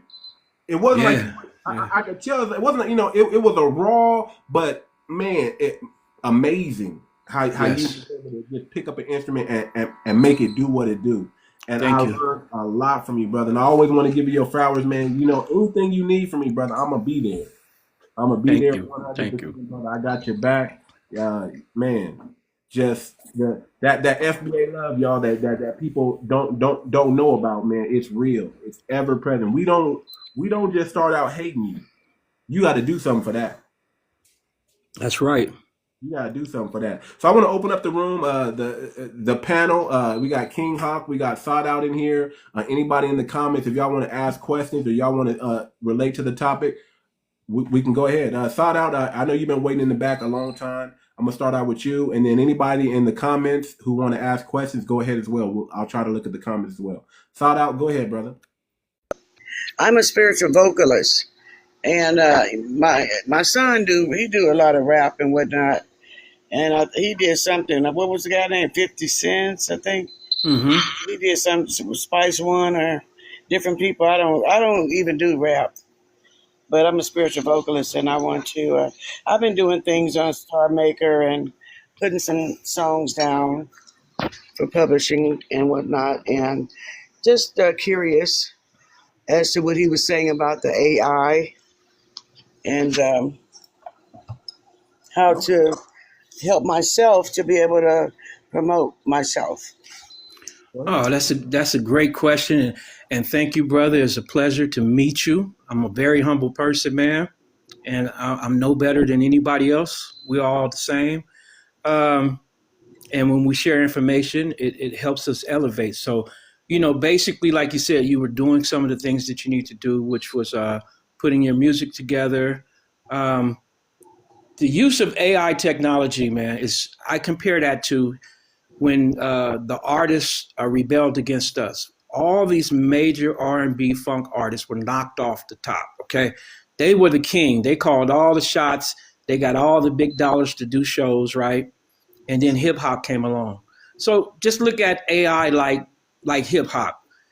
And everybody downplayed hip hop, said it was a fad, it was gonna come and go, I mean, it was a nothing.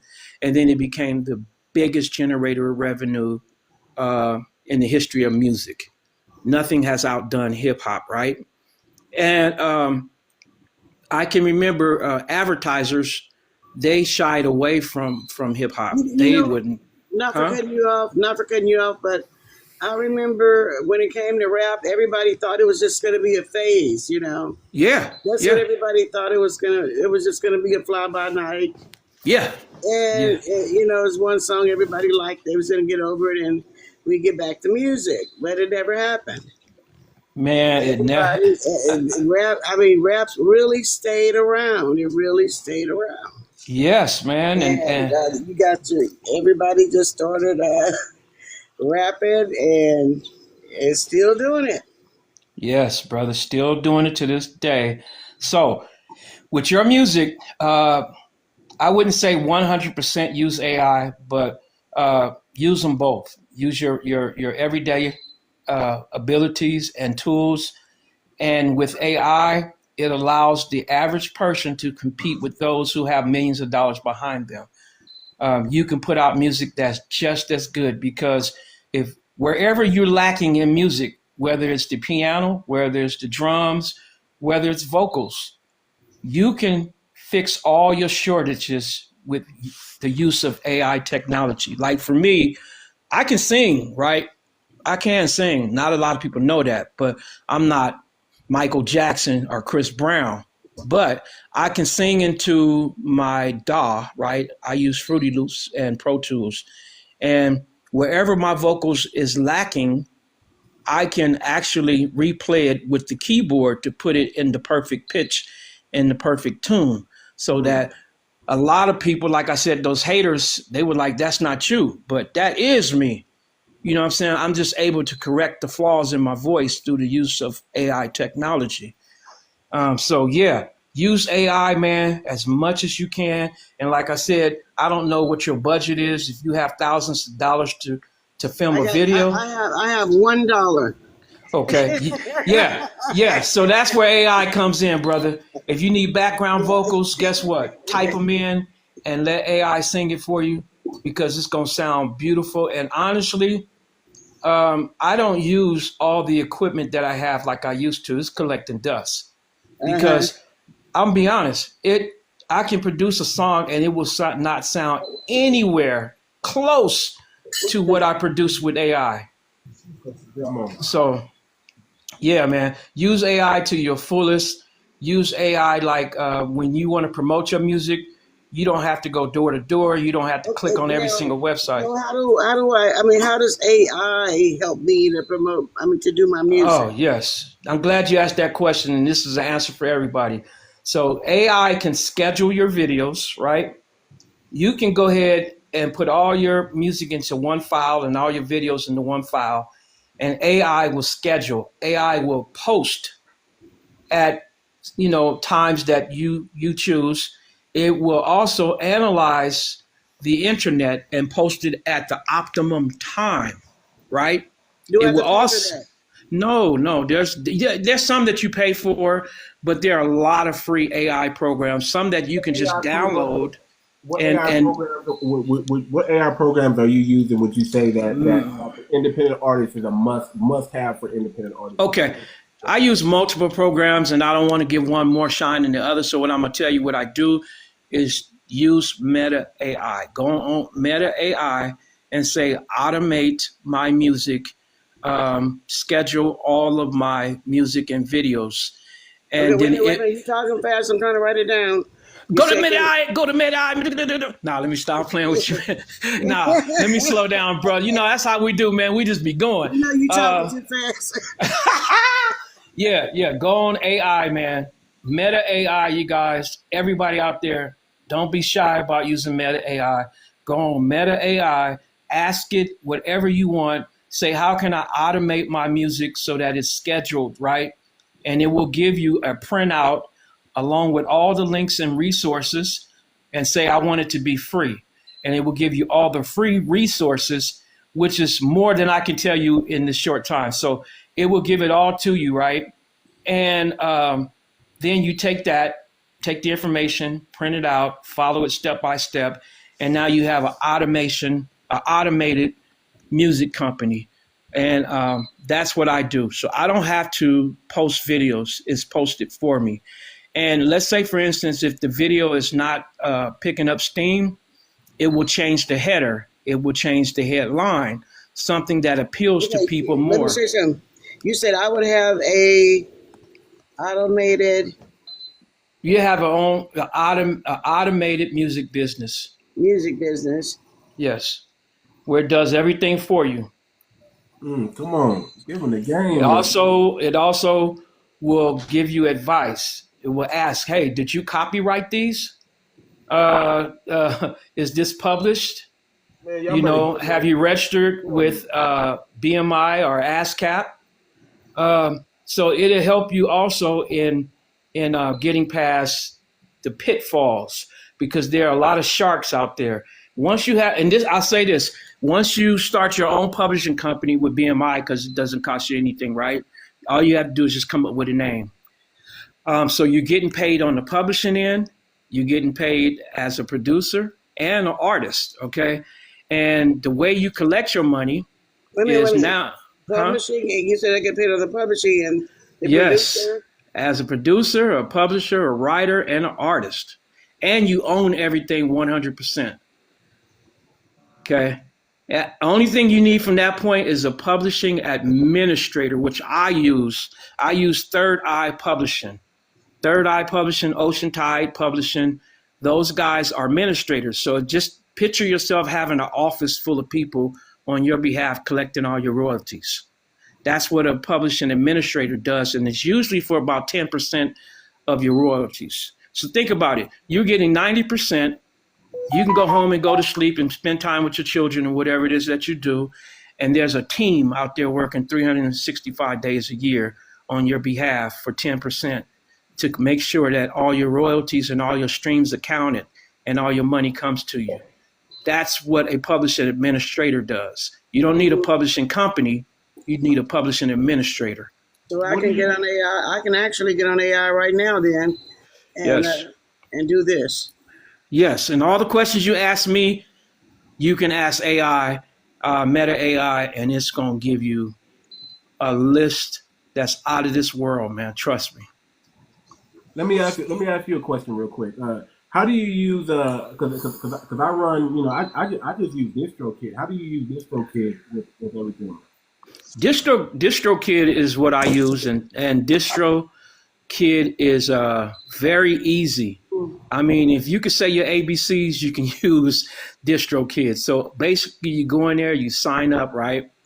And then once you sign up, you upload your artwork, right? Which I use Meta AI to create my artwork, the image of me with whatever background I want.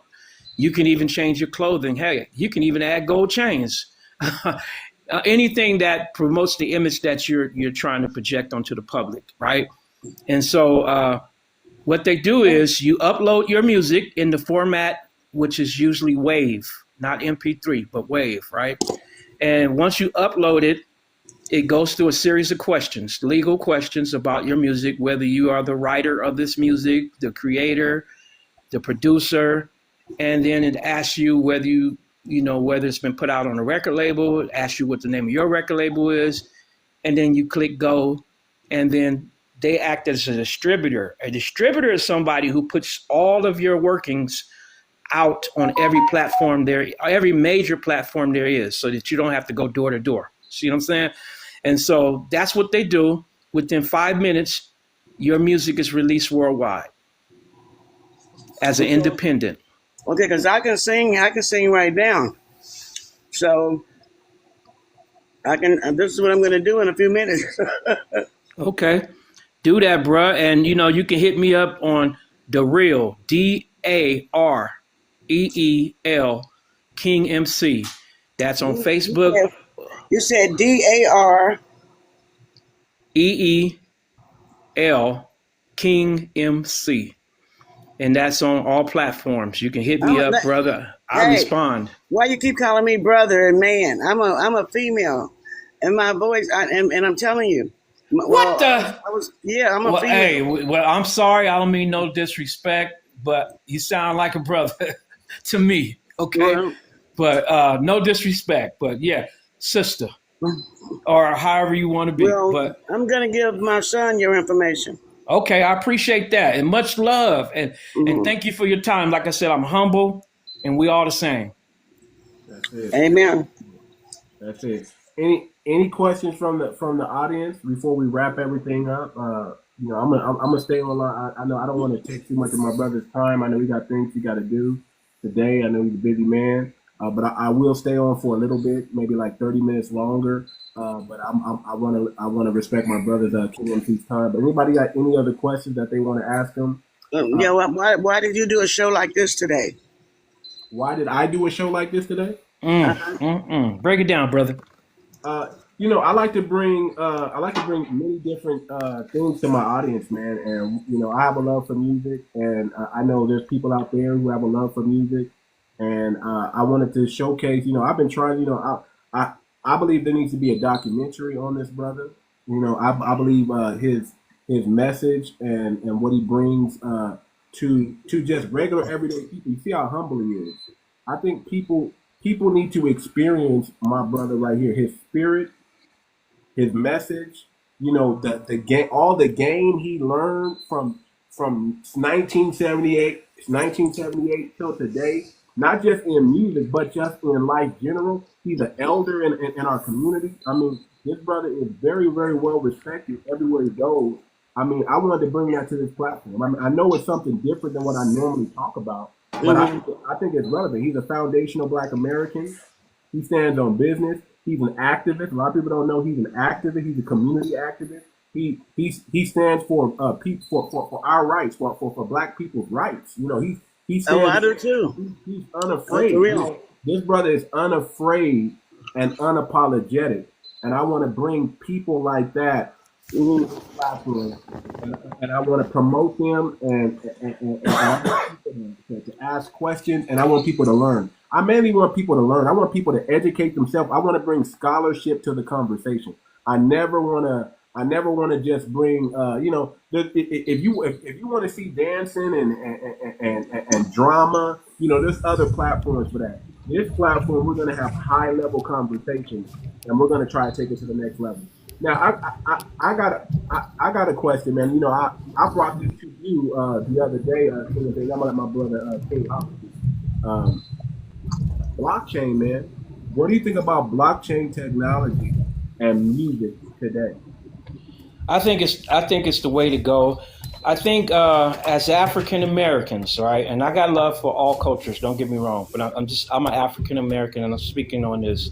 African Americans basically started this whole hip hop thing, but corporate America and other people have profited the most. Blockchains will give us an opportunity to reclaim what's ours. And not saying that we want to take it away from everybody, but what I'm saying is we should all be financially rewarded. If you put on your hat and step into this arena, you should be rewarded for it. You should be able to live a comfortable life. You should not have hit songs and now you're driving for Uber or Lyft or working at Walmart. And that is true. Some of them times when you might have went into a store and said, man, that person looked familiar, they really was who you thought they were. Trust me. I know a lot of people like that. Like, for instance, I know a millionaire right now, a multi-millionaire, one of the biggest names in hip hop. is my neighbor and my brother. His name is K-Rock. A lot of people may not know him when I just say K-Rock, but he's from a group called PM Dawn. Have you ever heard of PM Dawn? Come on. Come on. PM Dawn was one of the biggest rap groups of all time worldwide. And that's my neighbor. And I go over his house, man, and he got plaques, platinum plaques, gold plaques, 16 million, 96 million, all these numbers, right? He got a 14 times platinum plaque. He got a diamond, which is very rare in the industry. Most of the rappers that you consider Hall of Famers don't have diamond plaques. Most of the recording artists that we grew up on don't have diamond plaques.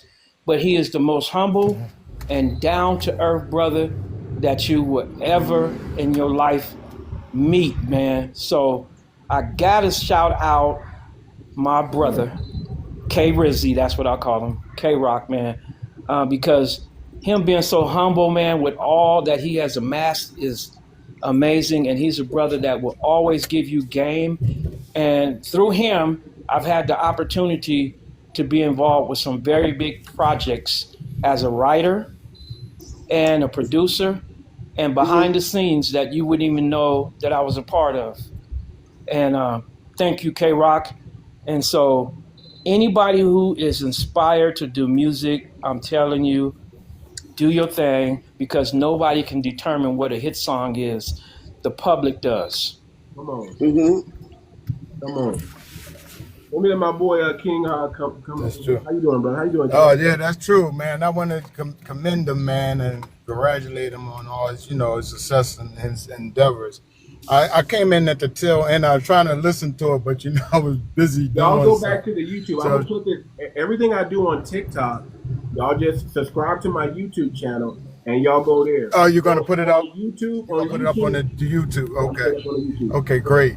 That's On great, because I YouTube, wanted to hear some of that stuff about that independent stuff. Yeah. Oh, yeah. Go back to it on YouTube right now. I put up just the just telling people that we doing this show today. In like less than 10 minutes, it got like 1,000 views already. Oh yeah, this is definitely a good show. I'm glad you switched it up. I know when I drop it, I'm glad you. It's gonna blow. It's gonna blow up, because I just put out the little trailer that we were doing this in 10 minutes, 1,000 views. Oh yeah, that. It's a good topic. Yeah, it's a good topic. But go ahead, King. You got the floor. Well, what I wanted to say, I was out there. It's funny, I was out there in '85 when Ice-T was blowing up, and I remember the Uncle Jam, because I'm from Philly, so I remember the Uncle Jam Army, and because I know it was split up in all these groups, because my cousins used to always play Egyptian Lover and all that stuff. When I first came out there at that time, that was that sound, that computer.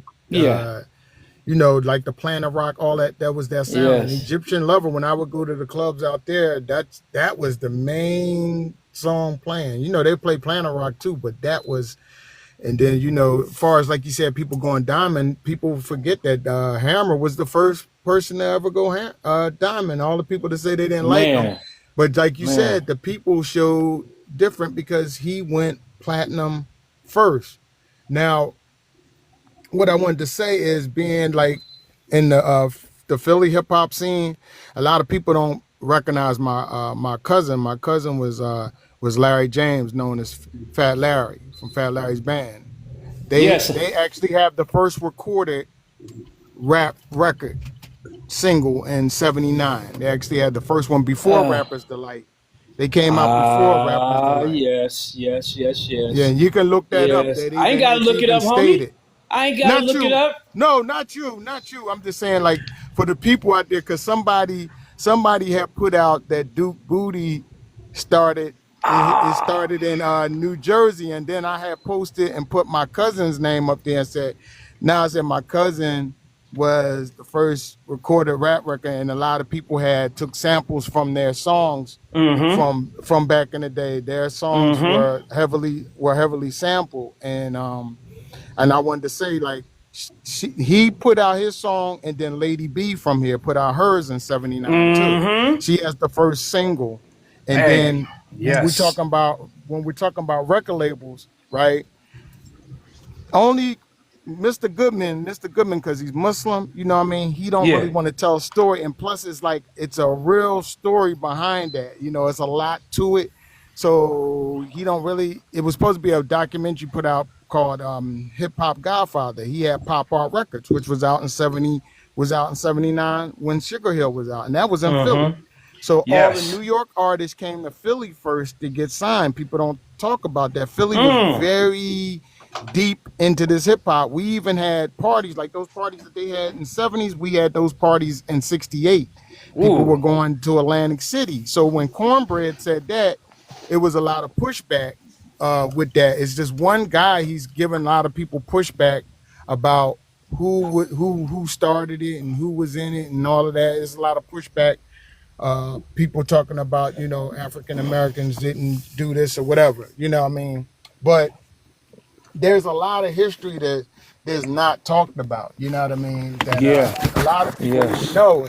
So I was talking to Charlie Mack, you know, and I was telling Charlie, I'm like, the city needs a documentary because, you know, because everybody's Muslim here. There's a lot of things that they don't want to be talking about no more. The way everything, the way a lot of things happen, you know what I mean? Right. So, because I talked to his son Kawan, that was in the youngsters, and I was asking them why they put out a trailer and then it never came out, and I was just asking him why he didn't do it, but he really didn't say. But I got the word, you know what I mean? Because there's a lot to it, you know what I mean? Yeah. Absolutely, brother. Absolutely. Yeah, yeah, I remember those pioneers. Like when I came out there to LA, I was, like I said, I remember Ice-T and all of those guys when I was out there in Cali, like in 80, 85. You know what I mean? So it's good that you're on here and you're telling us something that like I didn't even know, like even before you was before Uncle Jam and all of them guys. Oh man, them babies, man, they came along. Man. They came along way after. You see what I'm I do have a question. Yeah, that's what's crazy. Yeah. I have a question. What do you guys think about where the rap music is going?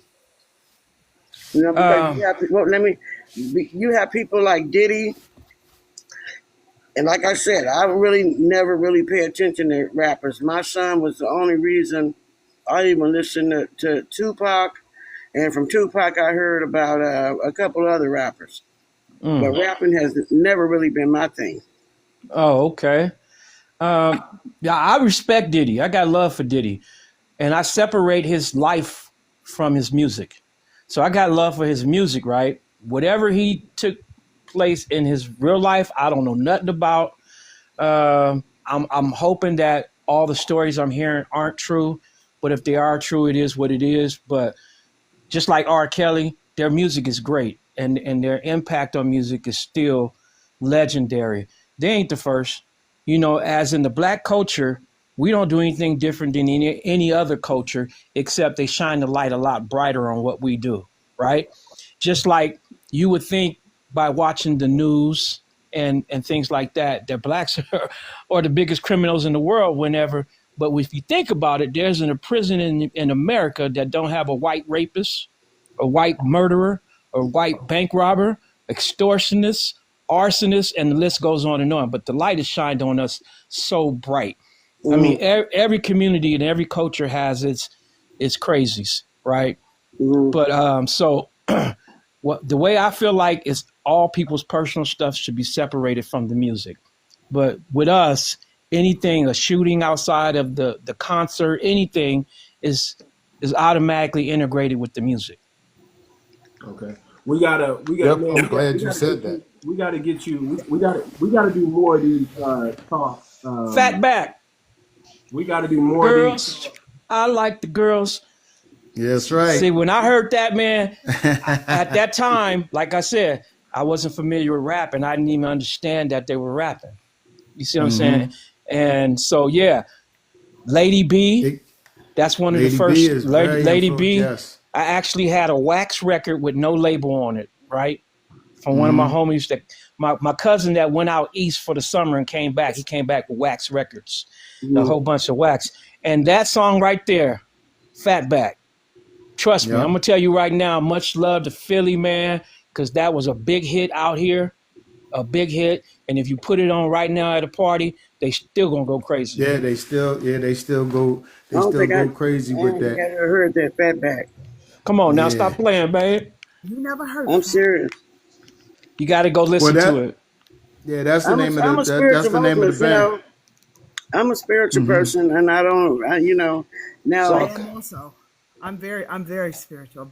I love the Lord very much, dear heartedly. But I grew up in the era of the Curtis Blow. I'm a Gen Xer, so we're talking. oh, okay. Yeah, we're talking Curtis about Blow, I Curtis want you Blow. to know that The these are the are the breaks. breaks exactly. And my We favorite know all that. time, We and know this is that. no disrespect to anyone. I'm a Jersey girl, so my heart will always be, to, in my opinion, the greatest of all time is Rakim. Thinking of a master Ooh, plan. That ooh, nothing but sweat legendary. inside my hand. You just dig into my pocket, all my money is spent. You dig deeper, Yes. but still Still coming coming up. He up with changed the game. rents. When you and you rapping, He changed the game. when you think Yes, about yes. Rakim was the one that changed the game. but the interesting part to me and why and this just kind of to align with what we were talking about earlier, thought the reason I even have a bigger respect in my heart just leaps through my chest every time I hear him. He never cursed.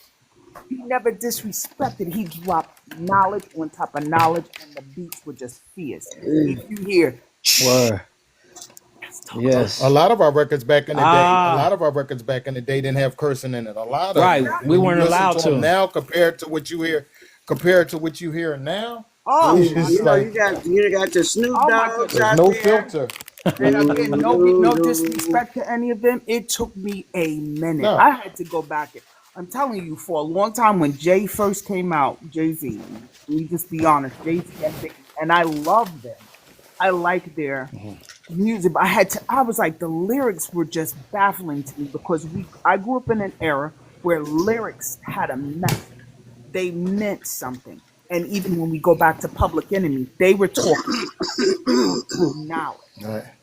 That's and true. Yep. they This were over is the all done top. by design. Exactly. And then you know what? This is one of the things, and Too Much, and I've spoken about this a number of times. One of the things that I would love to see, and I don't know how it's going to happen, but I'm going to lay it at the foot of the altar. I'm being honest. I would love to see a remake of Self Destruction. Oh, I think word, that that word, is word. a powerful They movie. were talking about doing that. There Hey, actually were talks about that. They were going to TMC, I try think to get that. I think you need to put it together, man. I think you need to Yes. do it. I would I love to never Yeah. heard of see, that. and you know what? God. Pay You homage got the to connection. You can put it all together and have that would be a a blessing, and then to pay homage 2025 to people version, like and we could bring back the pioneers with yes, the icons, and that's right. we can really do it. Yes. Yeah. And really Karis, talk about self I destruction. You think know, we should do do it it. like Ka- Brandy and Monica, not Brandy, That's but a what's her great name? Brandy and idea. Latifah did the Ooh, remake that's a great to idea. what is it? I Want to Be Down, where Hey, she brought Rock, in come on, that man. We got to get right. that together. remake was nasty because Queen Latifah came out with that last and she was about yay big, about so tall. I was like, oh yes, and it was just beautiful. If we remade Self Destruction, because the lyrics that I'm hearing, they disturb my spirit. I can't even, if it's on a video, it's on TikTok, I can't even listen to I can't even watch the video. Right. Well, you know that's a well studied. You know that's a well studied thing, right? I do. The frequencies that they're using is way off, and that's why the kids are. It's another thing too. Like they That's gave them all exactly the right. money. They give them the money, and then it gives by them having the money, it gives them the reason to disrespect. So the elders have to connect with them more. Even Big Daddy Kane said, one of the Yes. issues was the connection. We didn't really connect because we just said the music was bad. But if maybe they were to connect more with them because there's a disconnection in a couple of the generations, you know what I mean? Because people didn't even shout out the other ones, the elders at one point, because it was such a competition thing back in the day. Even if everybody had the same sample, the song was still different. But today, everything sounds the same. Do you got some spitters in this era? Yes, you got some spitters in this era, and they deserve, you know what I mean, to be acknowledged. You know what I mean? It's some guys that's doing some good stuff, but you got other guys who are doing all of the profanity and all of the stuff that are the bad thing is they're getting to our daughters and our sons and is giving them a bad influence because they're very heavily on social media, but social media has made them very unsocial. So that's why I was telling Too Much that we need more etiquette. Even in our businesses, we're horrible. You know what I mean? We're horrible at that. You want to keep supporting the business, but somebody needs to teach people etiquette because it's such a thing as speaking your mind. Because a lot of kids today, they like, oh, I'm speaking my mind. There's speaking your mind, and then there's ignorance. So You know what I say mean? that again for the people in the Let back. me ask you a question. Okay, let me ask you a question. Now I'm loving the discussion. I'm loving the topic. How do we how do we how do we get these kids to respect the elders, and how do we get the elders to respect? How do we get that two-way street going? How do we teach the kids etiquette and how they're supposed to speak and approach someone who The far respect more knowledge the and respect wisdom has than to come from the child, the kid. So the parenting has to be implemented, from their mother. They have to put that in their children. Just as I hear um, adults telling their kids to hit back, to fight back, to they can also say to love. Mm. Right. I I agree. mean, Yeah.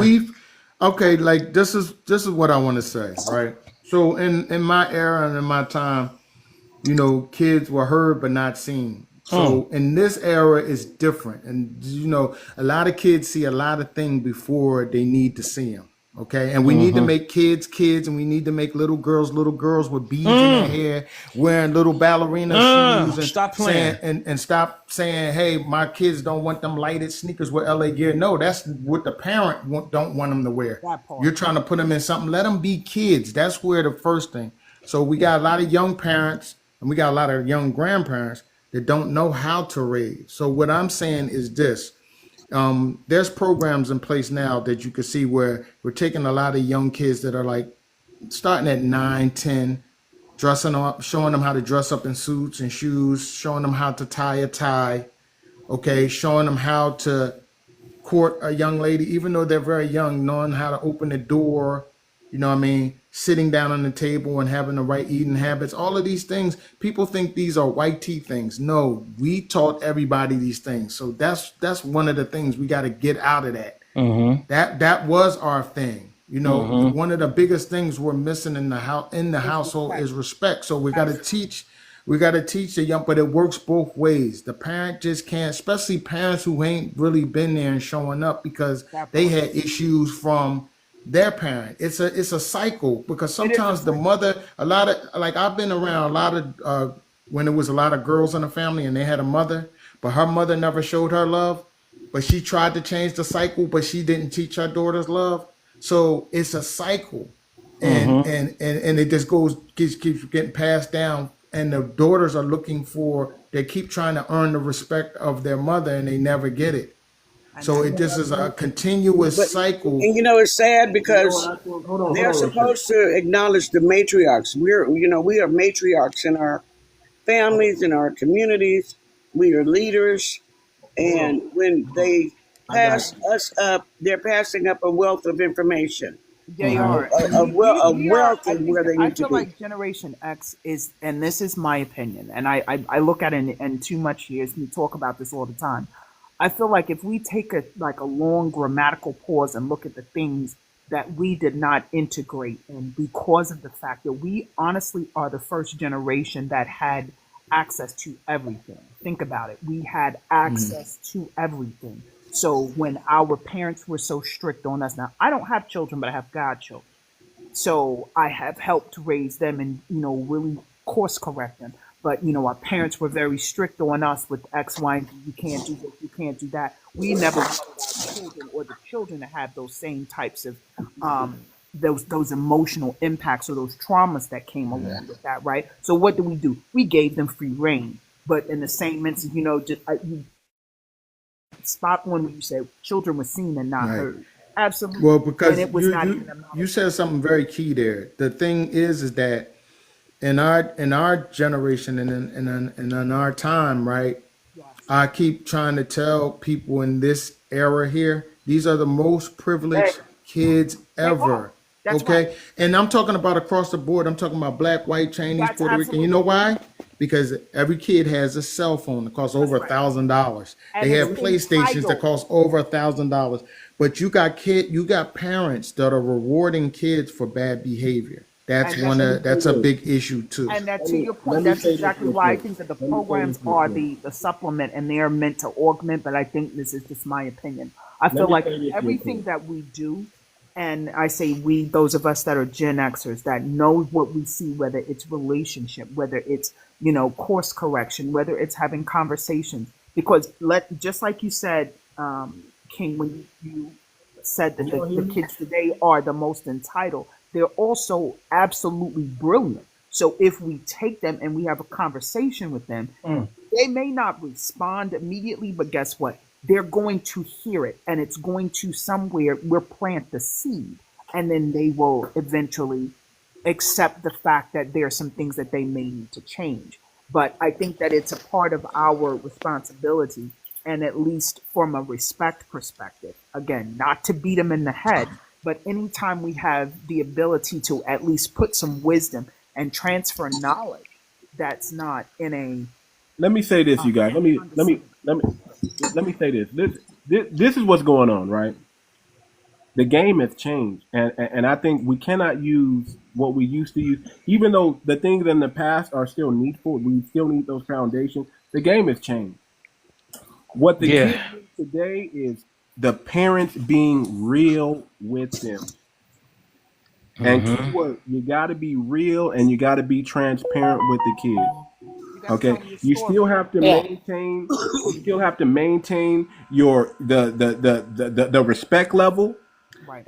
Stop trying to be friends with these kids and just be real with your children. Bring them in on your finances. Let them know, Yes. hey man, this is what my Facts. bills are, and this is what's left over, and this is what we have to divide amongst the family. Facts. Right. You have to Right. debrief these children from because see this is the main problem that all parents are running into, right? You're sending your children to school, and the school is changing them. They're being indoctrinated. They're under propaganda and witchcraft, and they're coming back with an attitude. That Uh, attitude didn't come from you. It's coming from the schoolyard. And that's to your point. That's They're exactly why turning the it does children start at home. against you, so you're already at a disadvantage. So you gotta understand how to debrief your children. You have to debrief them. What are they teaching you at the school? Okay, yeah, they run down the list, and then you have to be like, okay, well, this is what I'm telling you, what it is, and you And have to debrief them and put in the proper because the school's not going to teach them how to conduct themselves. The no, they're school's not not. going to teach them morality or principles. You must infuse those in your children. You have to instill pride in your family, in your name. Listen, you're That's part of true. my tree. You're part of my stock, and you got to be That's real absolutely with true. them. Listen, it's not. I understand we want to keep kids as long as we can, but we also got to equip and prepare them for the real world. If We we're do. real with our kids and we're transparent with our kids, and we have these conversations where we debrief them and we inspect what we expect of these kids, we will get a better product out there. We will get a realer, a stand on business, a black consciousness mindset passed down to our. We have to give them the history. We have to tell them what the true history is. We have to go back to the days That is where absolutely the truth. our grandparents told us you was Cherokee, you was black, but they ain't never told us we was African. That part. Oh, They say never that again. told Put us that that. in the back. We That is have to what I'm go back talking and about. My so grandmother told me we came one from thing, royalty. yeah, But that, one thing I loved about grandparents, and yes, I didn't have those grandparents that fed me candy. I had my grandparents told me no, get up and go out in that yard and get that work done. They told they that's told them me the instill real. ethics in you. That instill. They said, hey man, you can't be sitting around the house, man. You got to get up and go clean this up, go do this, go do something, and they did it in love. They didn't badger me, they didn't beat me on the head, but they said they went out there and worked right alongside with me. Yep. So Can you I? know what I think? I think too much. I think everything that you said was spot on. I think that the game, if we're honest, it's the execution has changed. The message is still the same, right? Because the message is still, I need you to know exactly who you are, Shout right? out to Steve And Mongo. and in understanding who you are, I need to share with you who I am and where you come from, and you need to give them, as someone says, oh, well, they say that we have Indian in our family. Let's pause for a moment. I want to, you can say something along the lines of, hey, you know what? Why don't we explore that? Because if we have it, you need to know about it and then use that as an opportunity to partner. And the reason I say it is because exactly what you said before. The kids are so much more, they were exposed to things far too soon. Right. And Hold on, real quick. Hold on, real quick, NJ, because I want to respect my brother King MC's time. He wants to say something real quick, and then he has to go. We're going to continue the conversation, but I want to make sure that my brother. Go ahead, King MC. Go ahead. Hey, I want to say that I embrace everything that you guys injected into the conversation, and I am a learner before a teacher, and I'm learning some things from each and every one of you guys, and I want to say thank you for this information. And I just want to interject Thank something you. here. I'm a street, or I was a street as they was. Doing all of this music, I did not have a high school diploma. Okay, I dropped out to do music, um, and so what I want to say is, what we have to do is lead by example. And the reason why I'm saying that is because my kids were headed the same way that I was headed, to not have an education or a diploma or anything. Um, so at the age of 40 something, I went back to high school, obtained my high school diploma, right? After that, I obtained an AA in criminal justice. After that, I obtained a BA in criminal justice. And after that, I obtained a master's in occupational health and safety with an emphasis on environmentalism, right? And that broke the cycle. All my kids graduated from high school, and all of my children graduated from college.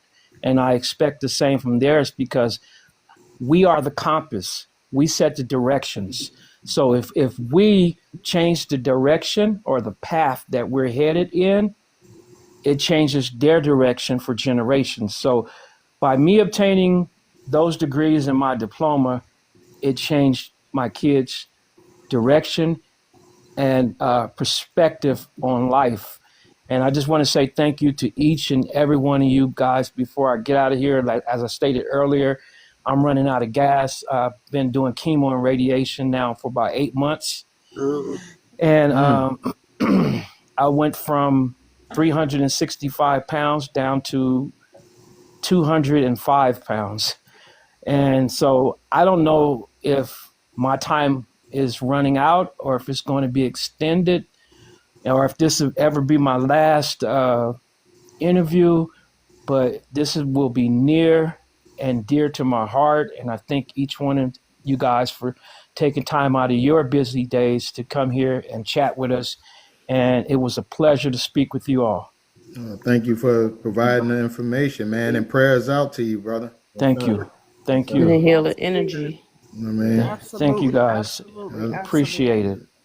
Speak the positive speak the positive that you are going to be a survivor and keep it going. You know what I mean? I appreciate you You guys. can beat it if you want to. May we pray Before with you Amen. go, I gotta bring up. Bro, I need you to come up and sing something for my brother, man, real quick, brother, if you can. I was going to say, can we pray with him really quickly? Yes. Lions Roar, come up here real quick, brother. I'm summoning you, man. I need you right now, brother. Come on Okay, up. so why? Now I'm the spiritual vocalist. You could have asked me. I was gonna say, my brother Lions, you got just pray with him because I think that there's a healing spirit. Please mute everyone that's not.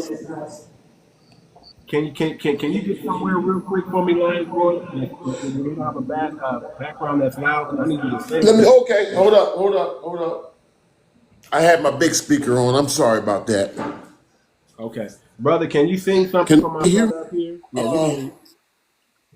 Okay, I'm sorry about that. I always listen with the big speaker on because I like the real good audio. You know, when I'm listening to TikTok. So I'm Can sorry you about sing that. something healing and health for my brother up here, brother? You want me to do what? Is it too much? Can you sing something that's healing and that's going to bring health to my brother up here?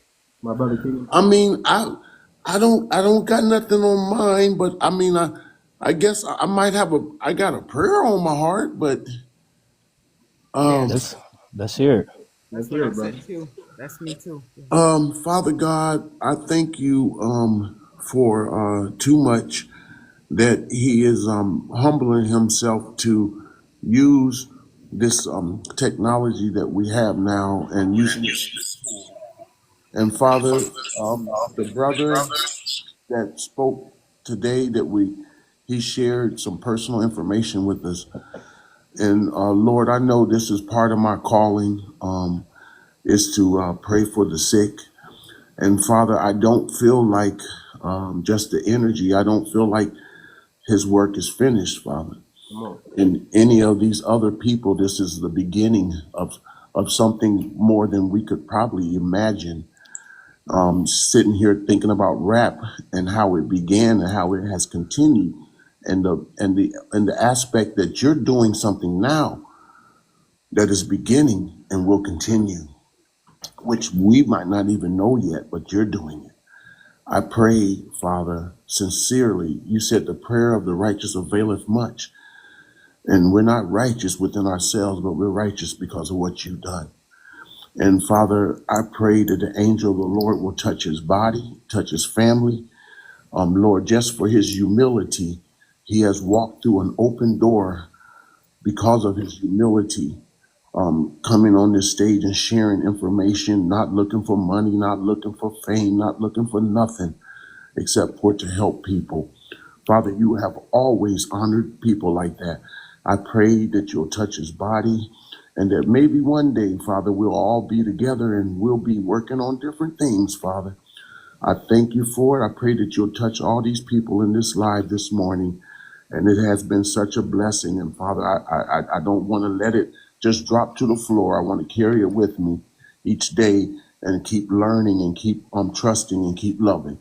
Father God, we ask these things in the precious name of Yahweh. A lot of people call him all different names today. Jesus, Yeshua. Father, we thank you for everything that you've done, and we ask that you grant our desires of our heart and touch this brother. We ask it in your precious name of your son, Jesus. Amen. Amen. Amen. Good man. Amen. Thank you. Somebody else had a prayer, right? That was me. Hallelujah. Hallelujah, Father God. Father, we come before you today, first and foremost, saying thank you, Lord. Thank you for the rising of the sun and thank you for the setting of the same. Lord God, we ask first and foremost to forgive us of all of our sins, known and unknown, seen and unseen, intentional and unintentional, because, Lord, you cannot answer our prayers with sin on our heart, Lord God. And I come before you specifically today to lift up Brother Robert to you, Lord, from the top of his head to the soles of his feet, Father. Give him a fresh anointing of the blood that was shed on Calvary, Lord, that every cell in his body be renewed, be healed, be regenerated, be realigned with your will and purpose. You did not create him to end his journey. Lord, this is a man who has aligned himself with being faithful and understanding and listening to your word. He course corrected the legacy that was aligned, that was going down the path for his family because of you, Lord. You said in your word, if the head is out of line, the body will follow. And Lord, you corrected whatever was out of line. And we come before you today to humbly ask for your healing, Lord, of this man, this powerful man from our community. As we touch and agree, your word also says, where two or more are gathered in your name, you shall be there in the midst. And we welcome you in, Lord, to release your angels of healing, protection, and guidance over him, his family, and over every doctor, every medicine, every engagement and in an encounter that he will have as we are celebrating his journey of healing. And he will turn that into song for you in Jesus' name. Amen. but I'm afraid Man, to know how. Amen, bro. So I have Love is just not 3 words to offer you if you don't mind. Yes. Whenever you feel like you want to, you more feel like you're starting to get tired, you say to yourself and to the atmosphere, I am healed, I am healthy, I am whole. And say it as long as until you believe it, like you feel it in your body. And you will be. And I'm gonna Because say you this are. too. I'm not ready. I'm not ready. man, I don't need no doctors. I just need y'all. Absolutely. You need yourself. You have the power right there within you. Okay, I'm gonna. I You want have it, sir. to share a song with you, if you It's don't all mind. on the side. It's by Andre Crouch. I'll sing a little bit of it, not much, but how can I say thanks for all the things He's done for me? Things so undeserved, yet He proved His love for me. And the voices of a million angels could not express my gratitude. All that I am and ever hope to be, I owe it all to thee. To God be the glory. To God be the glory. To God be the glory for the things, for the things He has done for me. With His love, He has saved me. With His power, He has raised me. To God be the glory for the things He has done for me. Amen. My brother, Amen. I'm Thank you not, guys so much. brother, I'm not ready. I'm gonna just say it like that. I'm not ready. I feel you're gonna be here. I feel you're gonna beat this thing. I feel it's just Yeah. another chapter in your life. And Yes. brother, you're too strong, brother. I'm gonna just say it like Yes. that. Man. You're too We strong. need him. Yes, thank you guys so much, man. I feel all them frequencies coming in. My antennas is up. Amen. Thank you. Amen. So, brother, we're not gonna hold you. I know you gotta go. You gotta get some rest. Man, thank you for blessing us today and coming down and sharing your story. I feel a documentary, brother. I just feel it. I feel a Thank you. Thank documentary you. coming, brother. I feel it. And I got to say this one last thing. Thank you to the East Coast for hip hop. None of this would Amen. be possible if them Yeah. brothers and sisters hadn't have done their thing, and I was blessed Yeah. to hear it early and become a part of it, man. I owe it all to the East Coast. Anybody who's ever put on that hip hop hat on the East Coast, I'm only who I am because of them. Thank you. Yeah. Amen. Amen. All right. Amen. Good luck today. Okay. Blessings to Thanks. you. Right on, you guys. Peace. All Stay right. connected, sir. My brother right there, King MC, y'all. That's my brother right there, man. Good dude, man. Awesome. Good That dude. was awesome. That was Great awesome. information. Great information.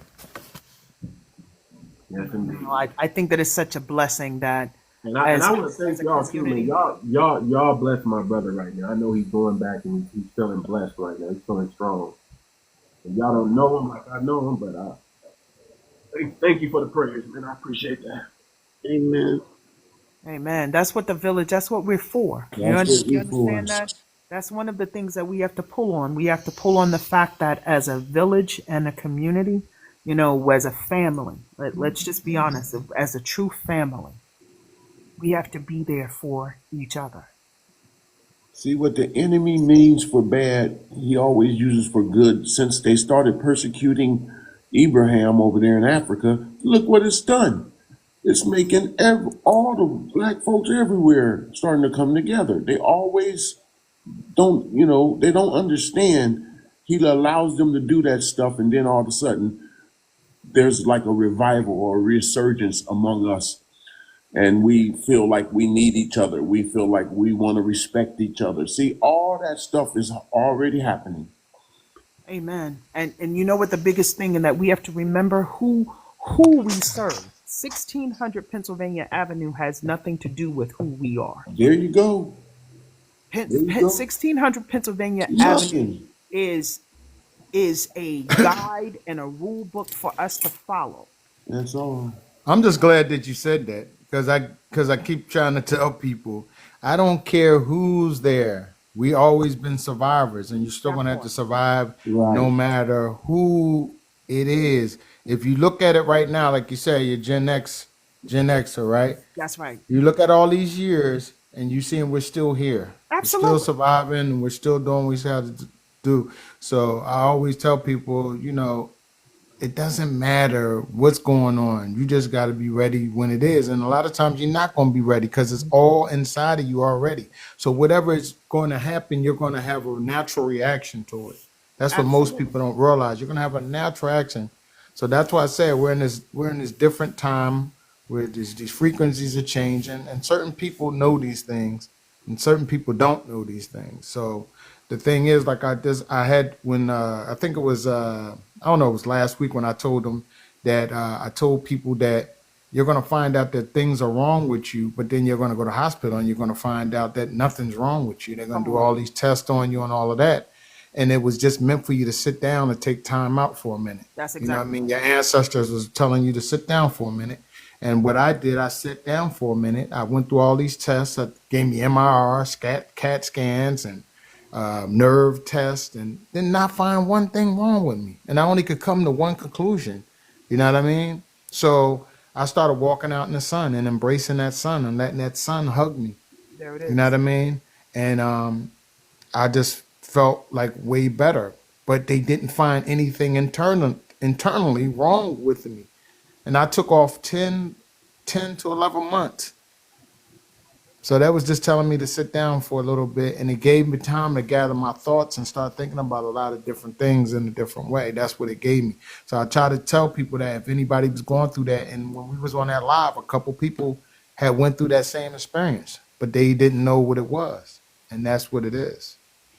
And And when I'm you gonna out take. I'm there gonna take a absor- piece of. I'm gonna take a piece of that for myself. I needed to hear that.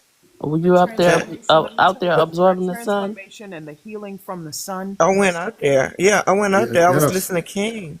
King was saying yeah, that he had to just. I think we just being rerouted. I think that we all yeah. just being rerouted. The Um. y'all, ancestors and the creator is telling you to sit down for a minute, and we're coming into another. You know what I mean? Yeah. We're coming Yeah. into another Yeah. dimension now. People don't is not realizing it. That's why the sun that you've seen and the way the weather is right now, it's a reason for all of that stuff. And if you So a notice lot that of we become more aware, just like you were talking about the yes, doctors, right? We become more yes, aware of the lack of inappropriate care that we were receiving. I remember once upon a time, my nana, they, everything the doctor said, they believed it. And guess what we do Yeah. now? Well, wait a minute, hold Yeah. on. It's Yeah. almost Y'all did a wonderful job today on the panel too. I learned a lot about hip hop that I didn't even know. Uh, that was it, kind of like a healing because I get healed. Or I just feel better when I learn something. yes, And that gentleman, man, I didn't even know Sylvia Robertson by name. I knew it was a lady in hip hop that started that, from but Sugar Hill. he brought out a whole different aspect. I mean, things that are getting lost in history. We got historians walking, living, breathing history still amongst us, which I excuse me. think is great. And I was so happy y'all prayed for him, and that's what we Yeah, are here. That's That's what it's exactly yeah. about. right. But that's how our I said people I are sent naturally. Our I people are sent Too like Much a this message naturally. the other day. I said that we need to find a way, because there's a lot of things that are historically that are being purposefully trying to be removed from the way that we know history is supposed to be. So maybe one of a recommendation is, how do we, as a part of our collective, capture all of this information and really make Oh sure man, this was great. This and was, I making mean, sure, this was whether off it's the music, whether it's from whether it's from the evolution, and when we understand, even simple things like, and again, this is something that I learned this week, the picnic and barbecue. That's a whole nother conversation. When you talk about, we think, oh well, picnic. Do you know what that I quit originated using that from? word. I had to quit using that word when I found out what it You meant. would, I stopped you. ooh, I was just, I I was had to messed go into up. prayer, because I was I'm messed up. telling you, my temper is not. Somebody I say, educate Father, me. keep me focused on the What does things that need picnic to and be, because I barbecue need You to mean? don't know what, praise. you say you don't know what picnic means? Yeah, Come what does on, picnic man. mean? I Oh my don't know. God, You sure, Educate. you ready? That's a rabbit hole, brother. Are you ready? you You ready? ready? Educate So me. All wait, before right. you It, answer, Fanny, is anybody in the chat or on the panel besides Too Much not know what picnic refers to? I want to Or see, barbecue? because I thought it was common knowledge. I thought it. Well, like I said, I just learned it. I don't know. I don't. I'm being honest. I don't know. okay. Okay, well Okay, here go we ahead, go. Fanny. So, so there was a time, and even if you don't know it by name, you know it by the episode Right. when I Okay. tell you what happened. Okay, so it used to be a time that they used to put in the paper that they were going to lynch a certain person, put his name in there, and it would be a headline or a article in the newspaper that on Sunday after church we're gonna lynch such and such and such and such. And groups, big large crowds of individuals in that neighborhood would come out to the tree or wherever it was. They would Mhm. bring lunches. They would Mhm. have uh, With families kids. out, kids running around. They would have lunch. They would congregate just like you would if you were going to a family reunion or to some type of neighborhood outing, and they would sit around and watch as they lynched a black person. They would sit there and eat food and have a whole picnic. So they called it picnic, meaning pick a nigga. That's right. Hmm. That's That's what right. That's picnic means. exactly. That Pick is a exactly nigga. right. Too much. Yes. That is exactly what I'll it means. never do a I'm not. picnic. I'll never call it a picnic ever again. Ever Yeah. again. I Ever. stopped using the word. Ever Yeah. again. Yeah, Really? that's what they I'm going call to it. tell you Now something. hold on. Let me If say we, this. Now let me say this. I know what you're talking about, but I never knew that's what they called it. that's exactly what it Yeah, is. pick a nigga. Of Pick a course, I nigga. know Pick up. that. That's exactly right. That's exactly right. And Wow. think about Yep. it. We All can these never listen. We Greek can never picnics. join with these people, y'all. We can never join. I Listen. didn't want to say it. We could never listen. I don't care if they come in friendly, come in nice. It wasn't me. It was my aunt. Man, if y'all don't denounce your ancestors, I can't even rock with you. Just off the. I mean, we know about, but the picnic, really? Now explain the barbecue, because I think I know what the barbecue is too. So go ahead and explain to me what barbecue is, so I can stop using barbecue too. Okay, well, go ahead, NJ. I took picnic. You take barbecue. So, from my understanding of the barbecue, it was, this it's so graphic and it's disgusting, but it's only in a form of cannibalism. Mm, That's mm, all I need to put it out there, because you do know that they used yeah, to. How can I say? yes, They they did. they used our skin for Delicacy, certain yeah, things delicacy, and our right? body parts for other things. The delectable Negro. That's exactly right. So that's Mm, why, and this is me personally, when I'm trying to completely sever myself away from all meats. But I used to be a vegan once upon a time, and when I came back during COVID, my body's been like, "Ugh, get away from it." I could never get Thank you down for and having rock with me. Thank you guys for raw. having me here. I'm going to leave, but thank you Bless for you. having me here. God you're bless. welcome. You're welcome anytime. Thank you. The other piece that um I don't do raw, rare anything. I'm like, that's nasty. That's just disgusting. Well, I know that when we start to talk about the vernacular and a lot of the new entries into the American vocabulary, a lot of the new words, the newer words in the last 100, 200 years were all pretty much some reference to us being here, us being black, us being slaves, us being something, some type of um, like when we started using our own information to help ourselves, they wanted to name that too. They call it ebonics, all of that kind of thing. But we've always spoken in code. But when you start talking about picnics they were very careful about how they handle the nick part. Yeah, They ain't gonna just say nigga, they're gonna say nigga, right. uh all kinds of ways that they're fixing. But um when you look at how what we just experienced, this young man, he came on here. I've been listening since we started. I've been sitting here. I didn't get on the panel because I wanted to learn. I wanted to hear what he had to say. But when it ended up he needing prayer, it just took me back to when that's how we used to be.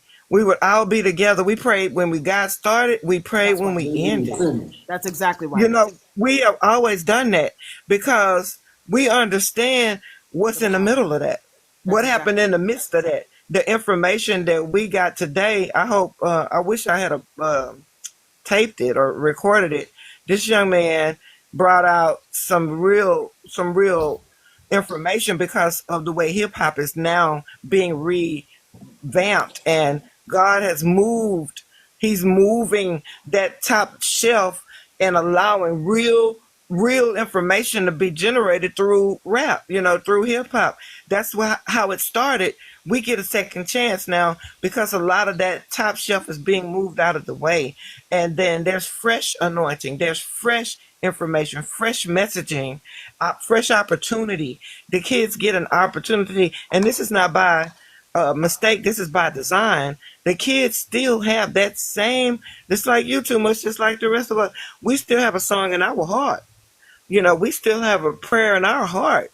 And I think that's what making us sick is the fact that they continue to keep disconnecting us from the source of where we get our inspiration. And this is coming back to us. And this is why our healing. So when King said he stepped away, I stepped away. I haven't worked since September. I stepped away because I'm being rerouted. And I didn't really realize that until I understood that all my bills are still being paid without me working at all. Come I on. haven't missed a beat. I'm not hungry. I'm not homeless. I mean, I'm taking care of I'm doing a thing without a job that I would have been doing with a job, and it's not a struggle. So I think we're all being rerouted. I think that's why we became a tribe. I think that's why his name is Too Much. I think that it's all to me. I believe in my heart that this is all said and it was already ordained. And I'm not gonna take over the conversation, but I didn't come up because I wanted to learn. And thank you so much, too much for the insight and for hearing that inner self, that inner probe, that thing that's giving you that push to keep bringing this programming out to inspire us as we go through this rerouting, because it's not easy. It's kind of nerve wracking at times, but if we start like you did, at the end we pray. The man said he had a need. The prayer met the need. We're gonna believe that the healing followed. Amen. And And then I want to say But this, that's that man, powerful prayer from Lion's Roar, powerful prayer from Miss NJ. It yes, touched, sir. it touched me. Yeah, So I know it yeah, touched me. see, yeah. you It's know got what? to be more. When God sent, when I'm gonna say this, when you understand and know that who the Lord is in your life personally, I'm not talking about anyone else. There are gonna be seasons and times where He's taking you different places, and the people and the places that you work, and they can't go with you. I agree with you, Fanny, that we are going through a rerouting. I think we're being pruned, and therefore this is not the time for us to be distracted. So because of the fact that it was such a blessing that Too Much said, Roar, I need you to come up. I need you to come up and sing. I'd already said I have a prayer for him. I have a prayer. Roar was like, Lions was like, I don't have a song, but I have a prayer. Do you understand? That is the amazing You gotta component go where God that leads aligns with, because the spirit, when two or more are gathered in his name, he shall be there in the midst. Again, whatever has caused those people to go astray and not to believe, I promise you, when something goes on, when you become sick, I guarantee you somebody, you're saying, can you pray for me? Well, why not just allow yourself to give your life, your own personal relationship, so that we can come together? Because a lot of the stuff that's happening, it's really an opportunity for us to get peace in our own souls, because we have been pulled in so many directions. You know where I'm at, Did you? y'all? Did you? I don't want anybody praying for me or any of my people unless they're foundational, because I know they got Come that. on, man. Absolutely. Oh yeah. I'm telling It's you. like I don't want you I, They touching my don't. hair unless They you can't foundational. do Look, my what hair is down my back, and at 57 years old, people like, look. Let me say this again. I don't know you. I don't know what's going on in your life. You're not touching my hair. Point blank. Period. If I don't know well, you, you don't know what they passing on. I'm with too. do. I'm with too much on that. Protect your spirit. It says, lay hands on no man suddenly. feel you too much. Protect your peace. Protect the spirit. And a lot of people, they got a spirit, but they that's don't right. got the spirit that we The got. spirit. That's right. They don't got That's peace spirit. right. And that's why I had to bring my boy Yeah. Lions up, man, because when we was on a live one time. I don't know if y'all was on that live that we was on. When Lions, I mean, I thank you for being obedient and doing what you felt in your heart you need to do, because that prayer was powerful, brother. That prayer was powerful. Yeah, no problem. Thank you for being obedient in that. I know I There's brought so you. many people. I remember last There's so time. many people out here He was doing. the And that same. man, did you notice that he said that most of the people that he was mentioning, they've all passed away? Yeah, That's yeah. He exactly right. lived. Go ahead and He finish. he survived. I So I want to have hear a what question what for was us. you Do we saying too have? much. You were let too much So, finish what he was saying. what I was saying was Lions was on the panel last time, Mhm, Uh, and just out of nowhere he just started singing, and we stopped what we were talking about mm, so we can hear his angelic voice. glory. This brother was singing, and we stopped what we were talking about because we felt that vibration. We understood he was tapped into something, and we were feeling the spirit, and it was so amazing. People, man, people, we couldn't stop talking about this brother after that. It's like, man, this brother just came out of nowhere and just started singing, and we was talking well, some real stuff. I really appreciate that too much, but it's really strange because a lot of people said, "Oh, yeah, Bill, since I was a little boy, they said you can sing or whatever." I don't see myself as can sing. I think I can make a little bit of noise, a joyful noise, but one time I went to South Africa in 2006 and they wanted me to sing. It was a lot of people from Nigeria, different places there. And I sung a simple song and the place exploded and everything. And I was like, I don't get it. And then one guy pulled me aside. He said, Bill, he said, it's not about the voice. He said, it's that God put that on you. He said, there's many men with way better. They can outsing me any day. I don't even know how to roll my voice. You know how they be rolling their voice? I don't even know how to do that. And I've never been trained or nothing, but everybody keeps encouraging me because I did song ministry for 30 years. I've preached for 30 years. I don't have no big church. I got about 4 or 5 people that I preach to, and whoever else wants to listen on Facebook, whatever. But when I met Too Much, I saw that he had the same spirit in his heart as me. Don't he though? Don't he? Like if I was on a playground when I was a kid, and I saw him, we would probably instantly become buddies because he ain't looking to hurt no other kid. Nope. He's there trying to learn his studies. He's and I would have been attracted to that because I was the same way. And I never wanted to harm anyone or I never wanted to disrespect anyone. And I was gravitated towards people that had a like-minded spirit like that. So the first time I came on one of his lives and heard him talk and seen how he was handling the guests with respect, and honestly, some of them were so outrageous.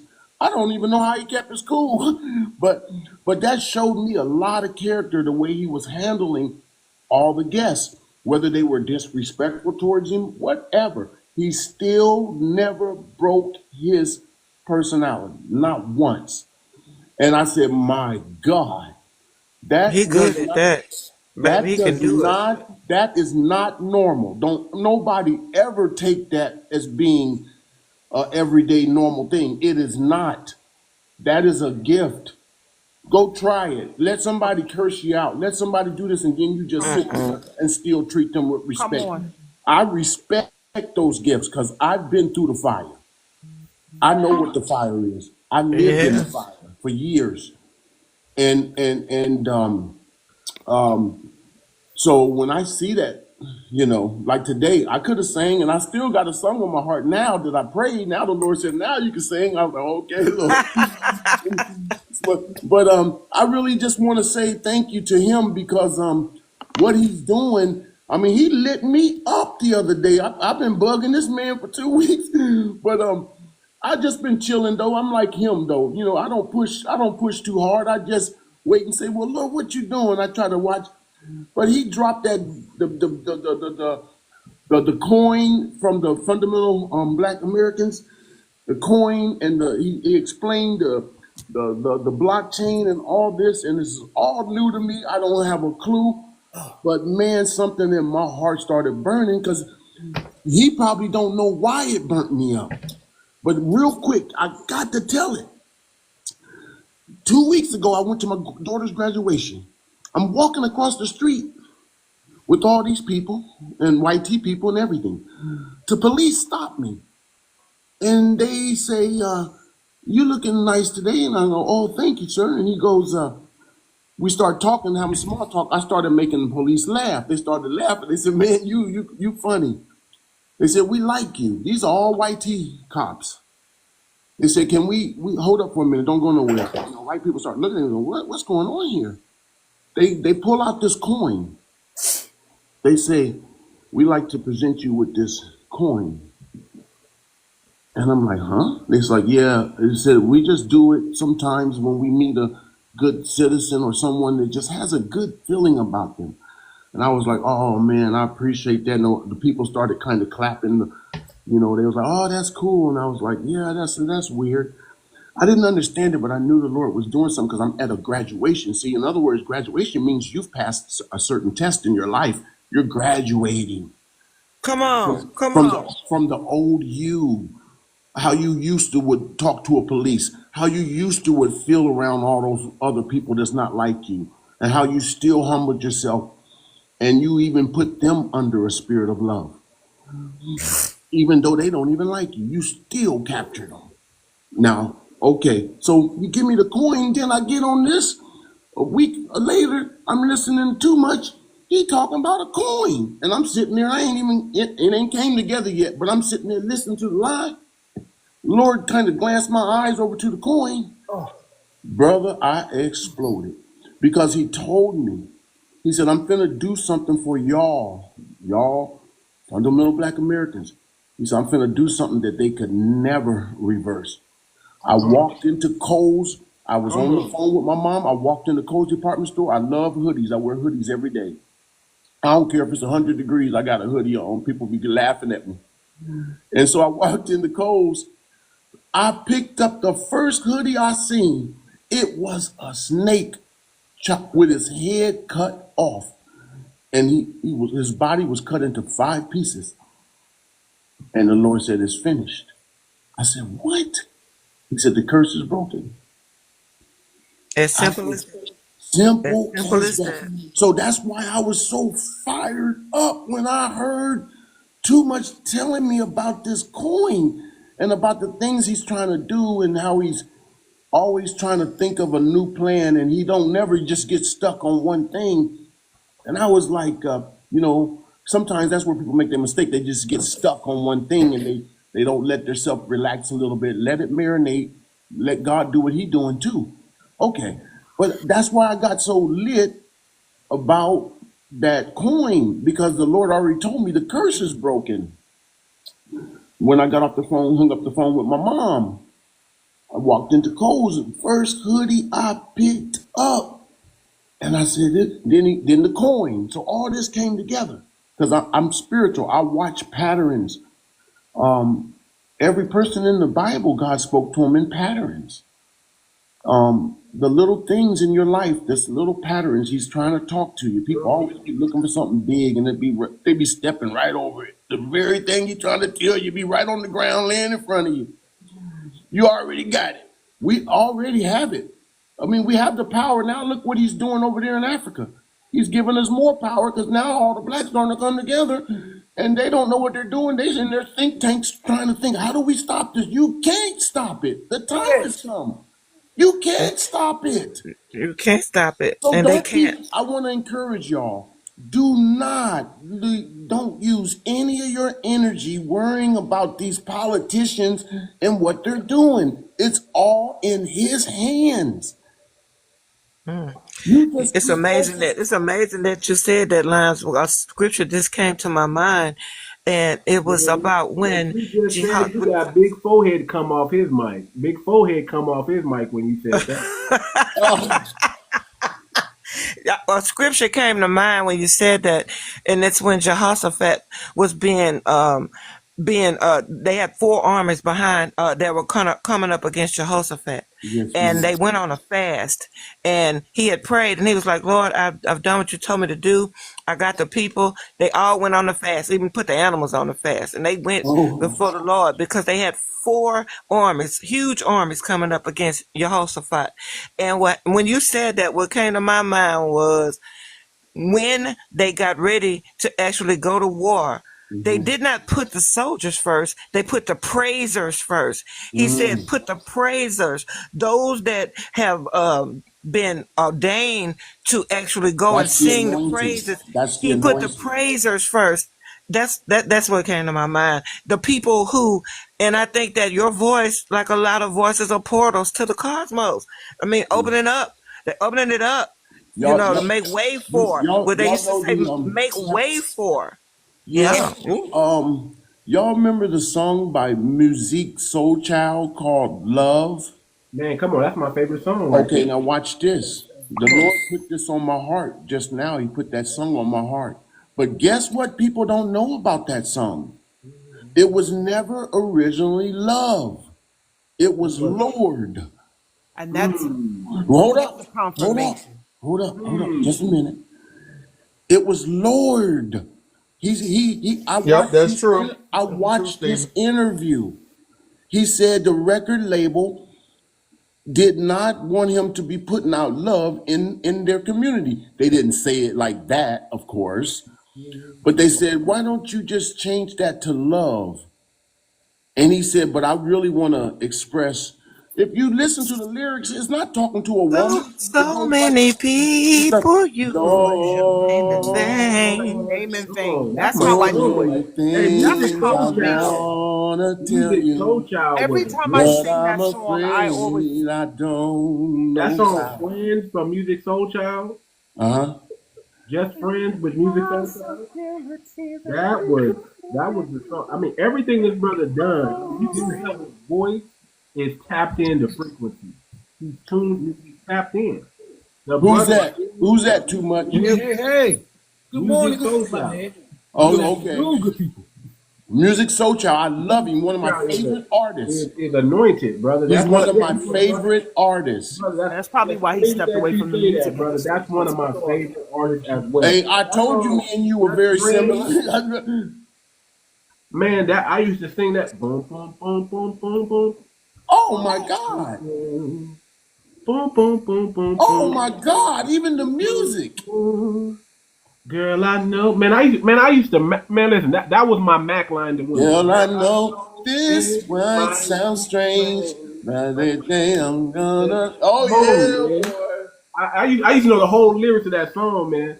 I did too. I would sing. I can't sing a lick, but I would sing that And we and can make just women. chill. I got women just by singing that song. And when that song came out, man, everything that brother Oh, came out was on. Hey, what's up, oh, good people? This big I forehead. just wanna talk with you. I done sat back and Oh listened to man, everybody and chill, but you know what? Y'all some good people. I can hear you through the don't message have that to everybody's be saying. my You know what I'm saying? I girlfriend. really appreciate you letting me up, my guy. You know what I'm saying? You know, I love to talk about the Lord. The reason why I was facing 30 years. I never believed in God when I came over. I dropped to my knees one night, the night for my court date. And I prayed. I said, "There's a God up there. Can you get me out this? My lawyer can't do it. The judge can't do it." So after I prayed, y'all, I promise y'all, 2 hours. No, yeah, about 2 hours later. So y'all know them folks knocked on my cell and told me, "Jordan, get your stuff. You going home?" And that changed. And that changed my whole life. I promise y'all, I was a foster child running wild in these streets, toting that heat. I mean, I was doing everything I could to please the devil. I was studying Lord, cause I'm like, hey, you took my mama, you took my dad, so you put me in the streets for a reason, to be wild and crazy. And I was believing that for a minute. When I got that charge, and I dropped to my knees, and the lawyer told me, "I'm sorry to tell you, don't start crying now." You know, I said, let me touch this. Let me touch to this guy, mocking him and everything. Y'all, I'm telling y'all, man, God got me. I feel in my heart, God got me out. I done changed my life. I mean, forget a 360. I did a 500. I'm a foster How long parent, you been taking care of out? kids. How long Oh, you been out this for? man, over 20. Over 20. But this happened when I was young, wild and crazy.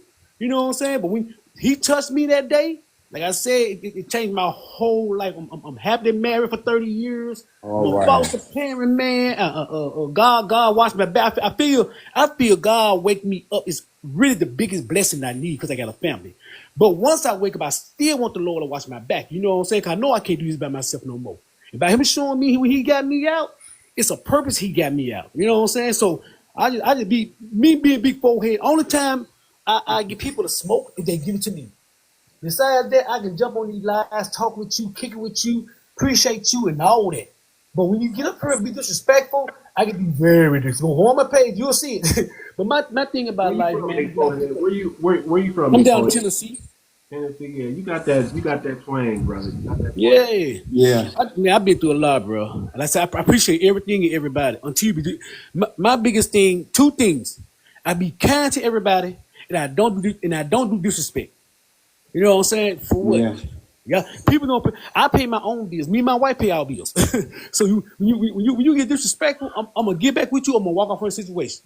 I'm too old for right now. I'm 55. I'm still alive. Back in the day, I tried to be a rapper, y'all. I had a song called Juvenile, right? And in the song, it said, people said I never see 21. Because every time you saw me, I was flashing the GUN. You know what I'm saying? So here I am, 55 from 21. I'm almost 50, triple that. And you think I don't love my God? Shoot. And one more thing, I'm gonna get off here because I gotta go to the doctor. Y'all, it's our time. What I mean by that, everything Trump doing is bringing us closer.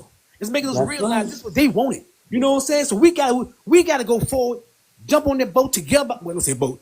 Jump on that path together and do what we doing right now. We need to go to them clubs and pop them fans, stomp them boots. We need to sit back right here and go shopping, take a vacation. Cause to me right now, all black people are on vacation. If you're not, you need to get on there. Let them deal with all that crazy mess that's going on. It's Big our Forehead. time to shine, grind, get out there and do everything we need to do and have fun. Have fun wise. Big Forehead. Yeah. Do you know where your people are from? Do you know where your mother and your father are from? Oh yeah, I do. My mama, she was here till I was 9 years old. She had lupus, man. She Yeah, and my dad, I kind of knew him. He was back and forward, but the time I really found out about him, I was 17, and then somebody told me he died from 3 heart attacks. He died probably 3 months before I really found him. You know what I'm saying? And found out stuff out about him. Type of spirit to me, brother. Where's your family? Do you know where they come from? Yeah, Memphis. Oh, no. Chicago is my dad's state. Mississippi was my mama's state. Okay. Your mama Yeah. probably got Choctaw in her. I just want to say two things and then I'm going to step down. America. First of all, Mr. Big Forehead, you got a lot of books on the inside of you. Don't ask me why I'm saying that. I'm just being obedient to the Lord. And you need to start journaling on them because You sound like my wife. your trajectory of your life, Yes, ma'am. someone needs to know that. And if it's not just someone, it's your great grandkids, because you are definitely going to be a part of their history. So just make sure that you, whenever somewhere along the line, that you take the time out to start putting all of your experiences. Because just talking about that 30 years that you fell to your knees, that means Yes. somebody had been praying for you. You already, God was standing there waiting on you. I've been waiting on you. Yes. Yes, and he was. and then you said, I'm never going back, because the Mm-hmm. system is designed to Mm-hmm. always loop back, loop Yep. back. He was like, the devil is a liar, I'm stepping out. But Yes. you have a legacy that Hey, needs y'all. to hear your story. I don't know how you do it, whether you go to Chat GPT and say, how do I start writing a book to tell my story? But you, sir, have many books on the inside of you, and Oh your yeah. wife is right. Now, I've been I through a just want to lot, say, y'all. May God bless all of you. I love you all. I'm gonna step down because I finally got to go do some work for work. Hey, Miss, hold on. Hey, thank you so much. You brought tears to my eyes. My pleasure. My pleasure. Thank you so much. Blessings to you all. Same to you. God Well, bless. let me. Hey, look, hope we get out here, y'all. Or I'll try to catch you another day. But look, I'm tell like I tell everybody, God love you like I love you. Stay ready so you ain't got to get ready. And I'm praying for you now. I really appreciate y'all pray for me. And you can drop me down. All right, brother. Thank you, brother. We appreciate you. Yes, sir. Yes, sir. I'm not even gonna lie. I was afraid of his name until he started speaking. I said, okay, that's Oh yeah, that's Chicago, Mississippi mix. That's that Chicago, Mississippi mix, boy. You Look know, here. most people from Chicago, Man. their roots are in Mississippi. Yeah, but I'm finna say that Chicago, Mississippi, man, they on call right now, baby. They on call right now. And Louisiana too. Oh Louisiana. man. yes, indeed, man. Man, listen, man. I appreciate everybody, man. I wanted to bring this to the TikTok family.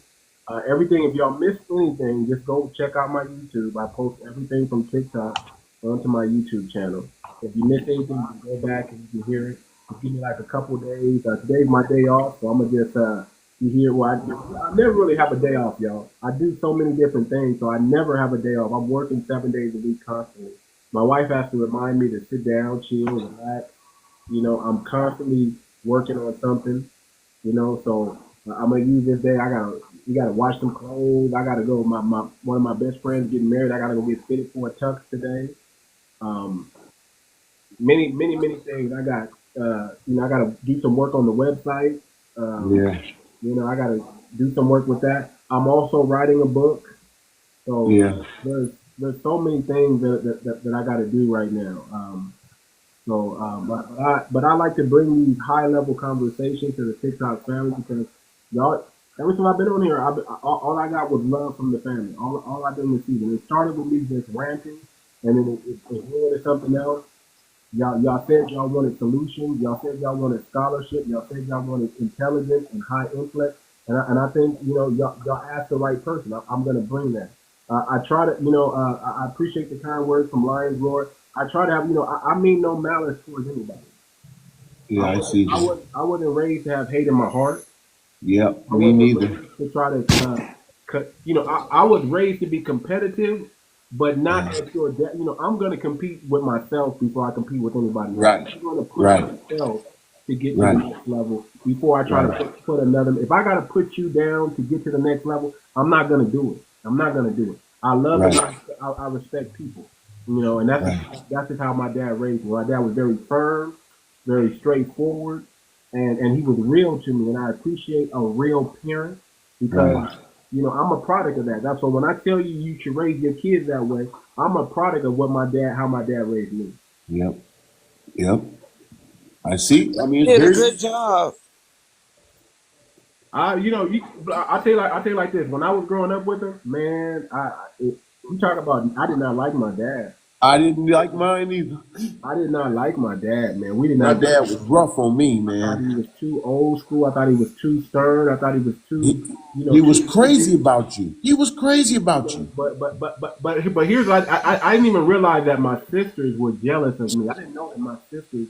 I was jealous of my sisters because I thought my dad was too easy on my sisters. He let them get away with a lot of things. But they were jealous of me because in their eyes, they thought my dad loved me more than them. He was crazy about you. That's why he was on you. I didn't realize that till much later that my dad really had love for me. I didn't realize He that. was crazy about you. That's why he didn't want you. I was trying to run away from the rigidness, run away from the discipline. But I again, once you put things in a child when they're young, they don't. It's not hard to break those habits that you learn from a young age. It's not easy to. I no. always tell parents, make sure you guys are very impressionable on your kids early, so what you put in there actually sticks. Because even if they rebel, they're gonna go back to what they know. They're going back. They're coming back. They only gonna go I back just to what they know. That's all. What told else my can you grandkids go that to? last night. I Yeah, told them so last night, I'm hard on y'all because I want better for y'all. that's it. And my dad used to tell me the same thing. I'm hard on you because I expect more. Listen, the bar was never low in my house. My dad would say things, man, you better take pride in the name that I gave you. Your name Right. after a great man. My dad named me after my grandfather. My dad didn't even name me after him. He named me after my grandfather and my uncle. Oh. So he always told me to take pride and I thought I had a girl. I got one of those names, that can be like woman or man. I got one of those Yeah. names. So I never really liked my name, Right. But my dad said, my dad used to tell me John Wayne had your name, Yeah. Marion Montley. So my first name is That's the Marion. name I want to name my first son. And I used to, and I just never liked it. I never liked it. But he always told me take pride in my name, take pride in who I am and what I made you, what I made you become. My pop put me in karate at an early age. Said nobody's going to pick on my boy, nobody's going to bully my boy. So I used to hate going to karate class. I used to hate getting hit with my sensei in the back of the leg every time I backed up. Today, like when I ever fought, I never backed up because I remember those whoopings I used to get from my sensei for backing up. So I just learned step to the side, get an angle, get a better angle. And man, when I tell you when I got of age, nobody was bullying me. I hear you. In ninth grade, they went through hazing. I didn't go through hazing because I stood on business. I said, "You're not gonna do me like you did them." I was exactly the same. We gonna have to get down. I was exactly the same. I was like, don't even think about touching me. I whooped on a few dudes in my school, and that was it. They left me. That was it. And I've had my respect ever since. I was the biggest. I was one of the biggest people in my school as far as I was too. pride and recognition and notoriety. People know me from my city, from my town. They know me. They know my father. They know everything. You grew up in L.A.? Inland Empire. Okay. But I lived in LA. Everybody starts out in LA. We started in Northern California, then we traveled down to Southern California, and then we kind of just rested here in the Inland Empire out here. And from my little city, man, where I'm from, it's been like that. And when I look back on my life, I just look at my dad and be like, man, if it wasn't for him, I wouldn't have been able to survive any of this. Yeah. See, what you're saying right now, too much, is what I was going to say when we were talking about what do we do about the kids right now. First of all, there's such a generational gap because most kids are not raised by their parents. They're raised by their grandparent, aunt or uncle, or someone else, a cousin. They're not raised. And then them people just get frustrated with raising kids. Like, I did my job right. I don't want to raise another set. They're forced to. I like grandparents because they put those old ways in you. Because my dad was born in 1942, so he could have easily been a grandparent to somebody. But my dad had me when he was like 38, 39 years old. So I got the best of my dad. My dad used to be 10 times the son of a gun in his 20s. Yeah. But that's why I tell men, listen. Don't get married. Really, men should not be. I don't believe men should be getting married in their 20s because he ain't mature enough. You're still maturing, and you're still maturing. And now, if you have a child, your child is actually growing up with you. So that respect level is never going to be there because he's watching you make mistakes. He's like a sibling. You're like an older sibling. Yeah, exactly. So you're trying to tell him not to make mistakes, and it's like kids only respect what they see, and if you're not showing an example of what they should be like, my dad was an example. Exactly. That's so What he, the other what he part was told like, me be not some. to do, You he want to wasn't do doing. He said, "Man, but listen, I was 4 years old when I took my first cigarette, and I smoked it, and I started coughing up my lungs because I'm hanging out at people's houses, and the lady I had a crush on smoked cigarette, and I begged her to let me take a hit of her cigarette, and she was stupid, and she gave me a cigarette. I coughed up my lungs, ran all the way home. My stepmother smelled my breath and said, 'Go tell your daddy.' I Oh went to my Lord. daddy, and my dad said, 'What's wrong with you, boy? What's wrong with you?' And I just all I could do was breathe. He said, 'You been smoking?' He said, 'You don't smoke. If I don't smoke, you don't smoke.' I'll never forget that. He said, 'If I don't smoke, you don't smoke. Now get out of here, boy.' I thought I was going to get a whoop, but he didn't give me a whoop. He said, 'Get out of here, boy. Don't let me see you do that again.' He knew. He Everything knew. was about representing who he was and what he was about. And I could not be worse than him. I was always supposed to be better than him. Okay. I used to say that all the time. Listen, I want you to be better than me. I didn't have, and listen, my dad was not the gift person. He didn't I didn't have school clothes like everybody else. I didn't Yeah. have. I wasn't dressed the flyest. I got that much later, so I went through a hazing period Right. myself, you know. But after a while, I stood on bed. I said, "Dad, you got to get me some clothes, man. I'm not going to school. Right. You got to I come did up the with same thing, man. dollars, man. And this ain't 1945. This ain't Right. 1950. I Right. mean, man, it's different. I It's understand. different. These I used kids to will tear you I up. used to do runouts for my clothes, man. I was so embarrassed sometimes. I didn't want to go to school just being any old way. I used to do runouts at Mervin's. Mervin's was my spot where I just go in and just load up my little Grab it and run. and then run out the door. And I was My brother embarrassed used by to that. I do know it. if my dad ever found out, but I did what I had to do because Yeah, I used to do we it. are we roast. We will roast you. We will roast you till you get right. They'll roast you, roast We you, will just roast you. roast you.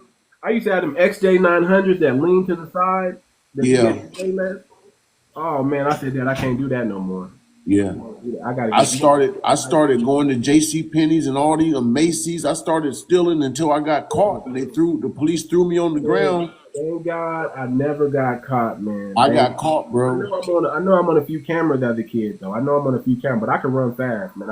I'll get out there Yeah. and I'll outrun the police. I'll outrun everybody on my block, and I'm gonna get to my. I always had a route. Like it was You like already knew it your was like a route. bank. It was like a bank heist for me because I was more afraid of my dad finding out. I remember one time I stole some medicine and some milk, and we did a milk run, and then we would sell it to the 99-cent store. Well, my dad knew the owner of the 99-cent store. Oh My man. dad and the owner of the 99-cent store was like this. His name was Rocky Oh Johnson. man.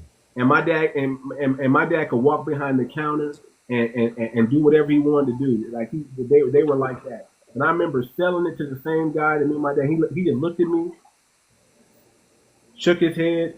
He still took them items though. He still took Oh. them items though. But he looked at me like, man, you don't need to be doing this.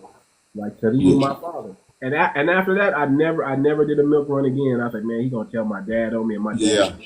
Yeah. The disappointment of my dad was greater. I feared the disappointment of my dad Right. than anything in the world, man. Well, that was cool of him because he knew he just let you make your decision when he told you that guy, you don't need to be doing this. He knew that you had already been raised right. He knew you was gonna stop.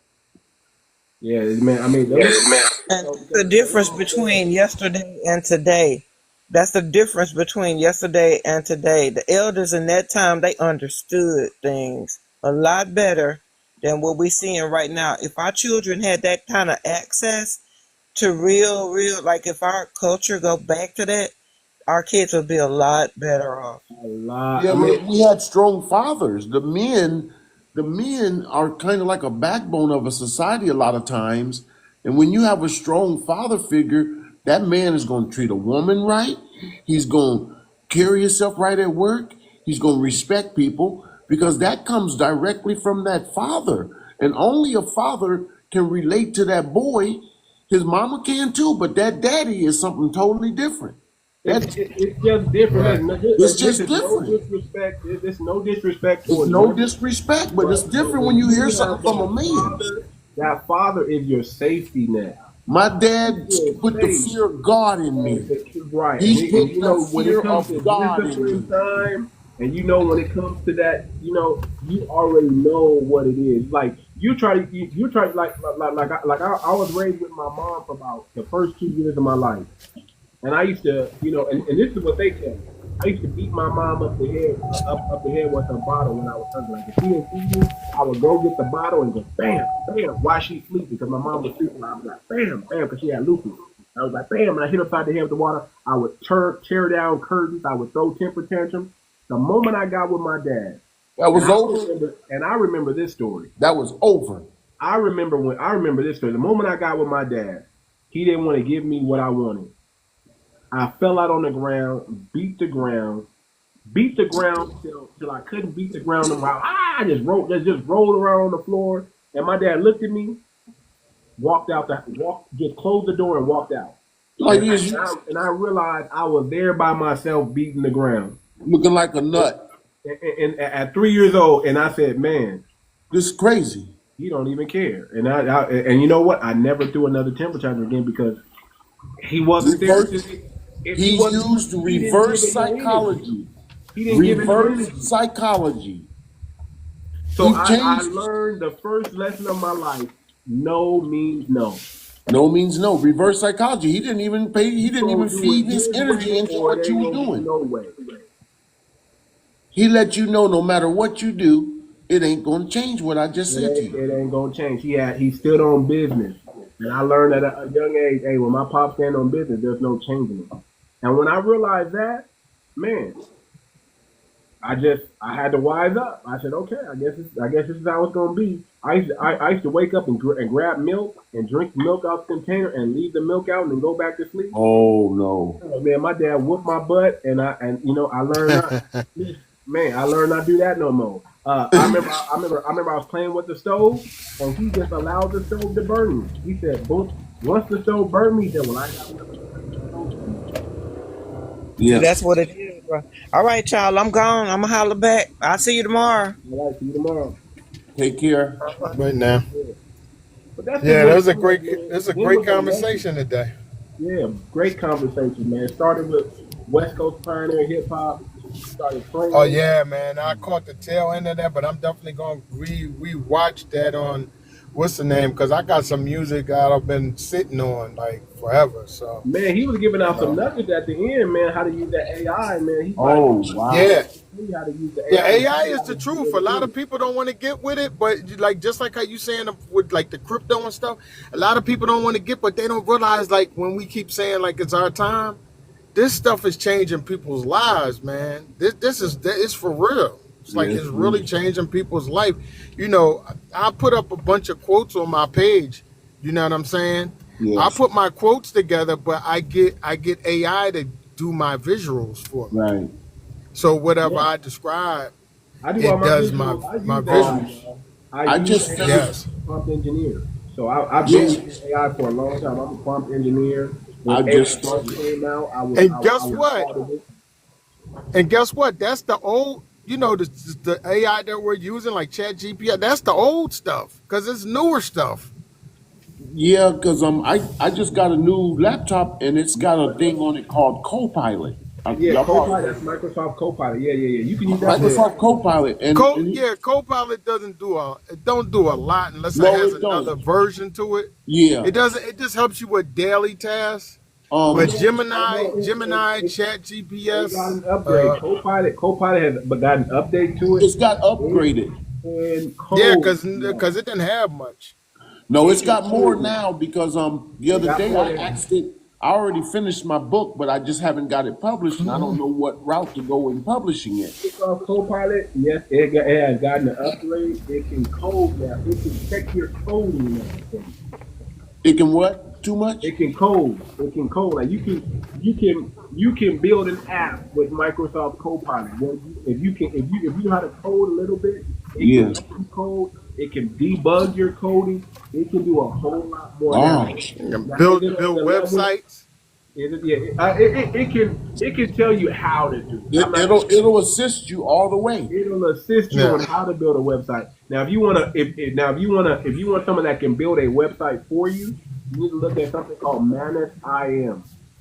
Manus IM. Yeah, I got Madness. I got about 21 different Yeah. ones for different reasons. I got so many apps, so they all got Yeah. their thing.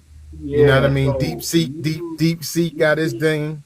yeah. So if you're not using AI, you're behind right now. If you're not Claude, using yeah, AI and you're not understanding the blockchain technology right now, yeah. you are behind. Web I'm gonna three, say, Web yeah, three. They got free yeah. courses. Come on. Y'all They better got learn. free courses, so it's no excuse. It's free courses on Web three, the blockchain. Come on. 2 hour courses, 4 hour courses. You go take time out, and you ain't got to read nothing. You can just watch the video. You know, because a lot of people don't like to read, but the information is out there for free. Okay. That's what I'm saying. Why waste your money on a 4-year degree right now when you can pioneer AI right now and get to the next level? Oh man, AI is so incredible. People just don't they just don't have a clue. It's changing people's lives. People are making money. Some of these new bots, AI bots and agents are doing everything for the person, and they're making money while they sleep. They have You no just clue. saw a pioneer of West What Coast you rap doing? tell you that if you're not using AI, you need to consider and use AI. You can have what do you call it? Your own automated music business with AI. Wow. Yes.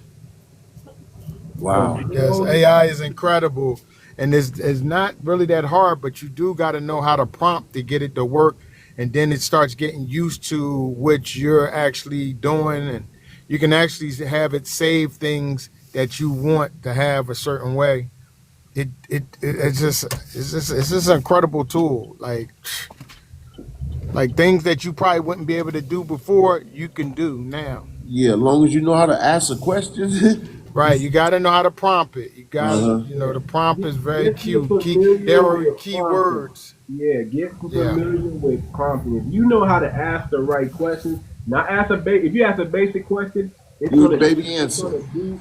Well, I'm not gonna say it's gonna do basic, but it's gonna do what it thinks you want it to do. But the more Okay. Right. specific you are with AI and telling, like, if you can see it in your mind, all you gotta do is tell AI Yep. what you want, and What? then Yeah. If you're creative, like if you ever been on my page, you'll see some of my quotes, and like so when I create my quotes is based off of something, and then I try to put a picture together. Like what I'll do is I'll let it put the picture together for me, and then I'll be like, I don't like that. So I'll make adjustments to the picture.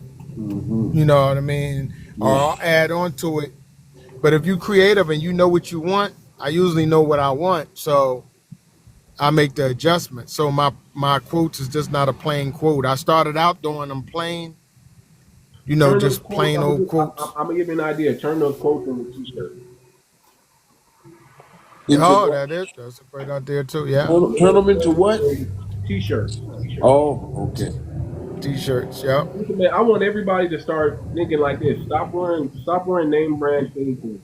Create your Right. own Oh, I've been thing. out of that. Yeah, Create I've your been out. I own. always been to my Wear own your own thing. stuff. Yeah, Create wear your your own own stuff. everything.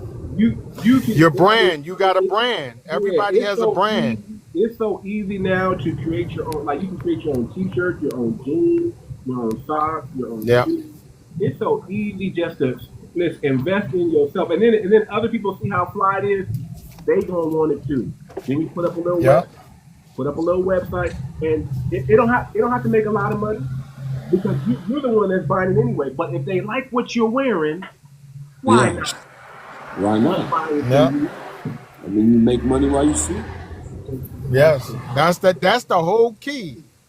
Making money while you sleep so While you you can sleep, enjoy your life. so you can Yeah. enjoy your life. That's really the goal for any human, to be honest. Yeah, like Right. everybody always ask me about these hats, man. I tell them go to muchoart.com, man, and check out what I got. I got wall art, and Hmm. the whole slogan behind my store is wearable art that represents the culture. Right. Where's it at? You don't have it on your page, right? You won't have your Yeah, it's muchoart.com. I'll put it in the comments real quick. Mucho. Mojo Arts. Okay. Mucho Art. Mucho art. MUCHOART.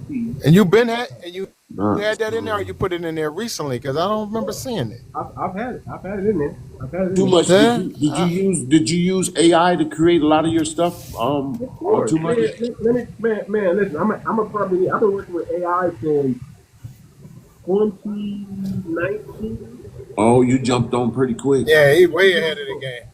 I jumped on early, man, Way and I've ahead. been trying to tell people to jump on this thing, but I've been on it, man. I stay tapped. I got into technology because I started building blockchain data centers. I started building Oh, data centers in the blockchain, and that just opened my mind up to everything, man. I went from a financial advisor to now to self-taught intent, self-taught coding, yeah. everything self-taught Web3, everything self-taught blockchain, everything. Yep. Wow. And it's not that hard. It's not. And it's not that hard. You just gotta be hands on. I Right. always believe in on hands on. If you're hands on and you just start toying with it, and also like Too Much said, you could get on line and there's like free courses. It's not even that difficult. Nah, man. You know Okay. what I mean? Yeah, I'm I wrote telling you, down I it's wrote down the names of them courses as soon as you spoke them. Yeah, yeah, man. they're there for free right on YouTube. People don't realize Google and YouTube they have courses. Yeah. Like I You got got to on go to the social part where it says media. I courses. got on social media marketing, not when it first came out, but really when it became like really popular. So I started drop shipping early. I started drop shipping in like 2018, 2019. Okay, I started drop shipping, learning social media marketing, and that's really how I stumbled upon AI because I was doing drop shipping. I knew And all these people, steps I had to do to get what they call it. They called it copywriting. You had to know Right. how to copyright and get the right. And I'm not talking about copywriting like copywriting yourself. I'm talking about right? it's a language that you use that to make people want to buy. It's called copywriting. Oh, okay. Okay. And I got into that, and I had to pay all these people to do the right copywriting for me. Then I had to learn copywriting on my own because I got tired of dishing out money paying for people to copyright for me. And I had to Yes. understand it. And a lot of information I already had because I was in financial services. So learning how to sell and how to market yourself and brand yourself, that was already a skill I had. So then I just started applying that to social media, and I realized, man, why pay all these guys to do it when I can just do it myself? Right. AI That's why came.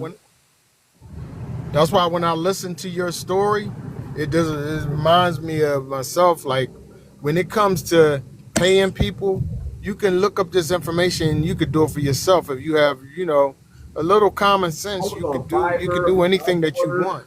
everything. I had people. I used to listen. I used to have people build my website for me. Now I build my website. Mm. So I taught myself how to HTML, Java. I taught myself how to build it myself because I used to pay all these people to build my stuff, and I'm like, I'm getting a lot of it's a finesse because they'll try to charge you thousands of dollars, and you can get somebody Yeah. on Fiverr to do it for like $30, $40, Yep. $100. I mean, I'm like, why am I paying to do 2,000 for a website that could be done for $30 from somebody in the Middle East somewhere? You know, Yeah. that And was another crazy. thing when they do that, what I don't like about it is because I had a guy do a web page, and then I don't like automated communication when you're doing business. I know you can't answer everybody's call, but when you're trying to build a website, how can we really get to understand each other when I'm texting you and you still don't really understand You what I still want? don't get it. Right. And then you can't get in touch with nobody. Man, that's Like any frustrating. service I had an 800 number. And when I realized that I couldn't get in touch with the guy who owned that 800 number, I canceled the service with him. Right. Because I said, when I need stuff, I can't get in touch with nobody, an actual person. You Because can the get a automated phone system number off can't of really give Google. me what I need. Right, you can get a phone number off of Google that goes directly to your phone now, and that could be your business line. And they call that number, and it rings right to your line, and it lets you know in advance, hey, this is a business call, so you know how to answer it. You can get it off. Exactly. You say you can And get that's it off free. of Google too much? Yeah, you can get a Google phone. A Google phone number is easy to get. Now, anybody I've ever given my number to, that I've never given y'all a Google phone. I've always given you my personal one. So Oh, okay. I've never been afraid of hiding my name, hiding who I am. Yeah. No, I've never been You got a afraid. lot of people that do that. Man, listen, They're like, I didn't oh, want they're to speak the watching black. us. They've been watching you. Yeah, So you know what I yeah. mean? And They've then been got your information. Come look, on. anybody can find a person's phone And, number, so you and ain't I'm like this. hiding. Anybody that wants to check me out and verify me, I don't got nothing to hide. So go ahead. Yeah, I hear you. Man, I'm square as they come. I'm clean as a whistle. I don't got no skeletons in my closet. Yeah, you ain't Yeah, doing nothing. Ain't nothing. They ain't looking for you no way. right, right. Yeah, Don't what they, ever they think ain't they looking gonna for you find anyway. it. You ain't doing it, you know. Yeah, you got a lot of people paranoid. Oh, I don't want to be on here. I don't want to. It was the same way when credit cards started out. But when they put in place that if somebody was to take your money, they give you your money first and then they investigate a second.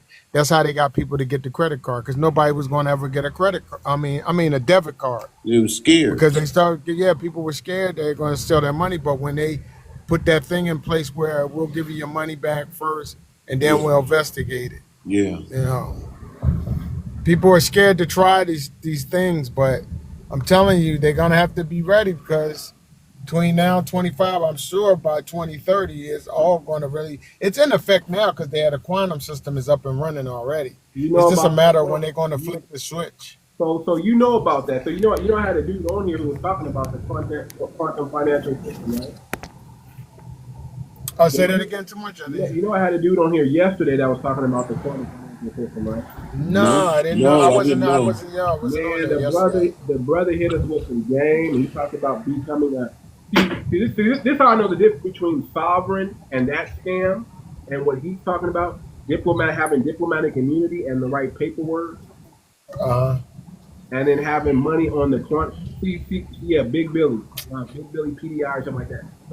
So I listen. I'm in rooms that you would think I'm in. I'm tapped in. I listen to everybody, man. I try to figure out what I try to rightfully divide things. I don't let anybody tell me what it is. I go find out. I go do my research. Right. Murray's math trading system, that's legit, y'all. Y'all need to go look at Murray's math trading system, and it's in software already. That's how Murray's you map. know Murray's math trading system. Oh, It's how you purchase stock and how you purchase Bitcoin. It's just a method. If you understand the method and take the emotion out of it, this dude used Murray math trading. Matter of fact, he'll be on here next Tuesday. Next Tuesday, I'm doing a show. okay. You with- got that episode up on your YouTube No. This is going to be. Oh yeah. That I haven't put that episode up on my YouTube yet. I'm going to. So the episode I did yesterday, I'm backed up a little bit. I got to put about 3-4 episodes and load them up on YouTube. I'm gonna try to do. So I want to remember that because I want to actually check that out. Murphy's map training. Murray's math trading. Okay. So, but here's the thing. Trading. I'll have the guy, the actual guy, who Next is Tuesday. Murray's math trading, who got 10 years of no loss in his performance by doing this. Woo! He's gonna be on my show.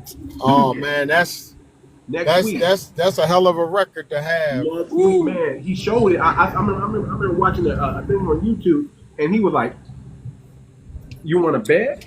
I got, and then he pulled out his paperwork and showed his stuff right there to prove that he's never lost any money. Now, this is already built into a lot of. I did my research on it. It's already built into a lot of the software now.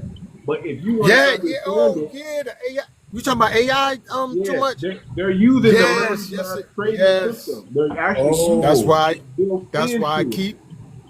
why I keep trying to tell people it's changing people's They lives. making a killing, ain't they? But you need to, like you said, you need to be around the right people in the inside track. If you get around the right people, but it is changing people's lives. I've been blessed to be in so many. I've been in circles with billionaires, guys. I've been in circles with billionaires. Listen, this is what I always say. Millionaires work for billionaires. Millionaires are the henchmen for billionaires.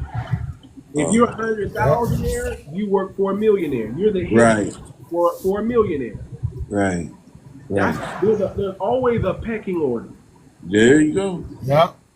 Millionaires, all they do is work for billionaires. That's Right. what it is, man. I've been in Yeah. these rooms where people make $500,000, $500 million.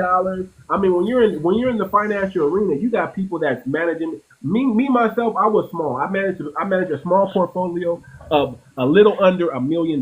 That's what I was managing when I was a financial advisor. But I was hanging around people who managed 10 million, 20 Woo. million, 50 million, 100 million, half a million, millions of dollars. When you start getting listen, man, my biggest thing was you got to eat.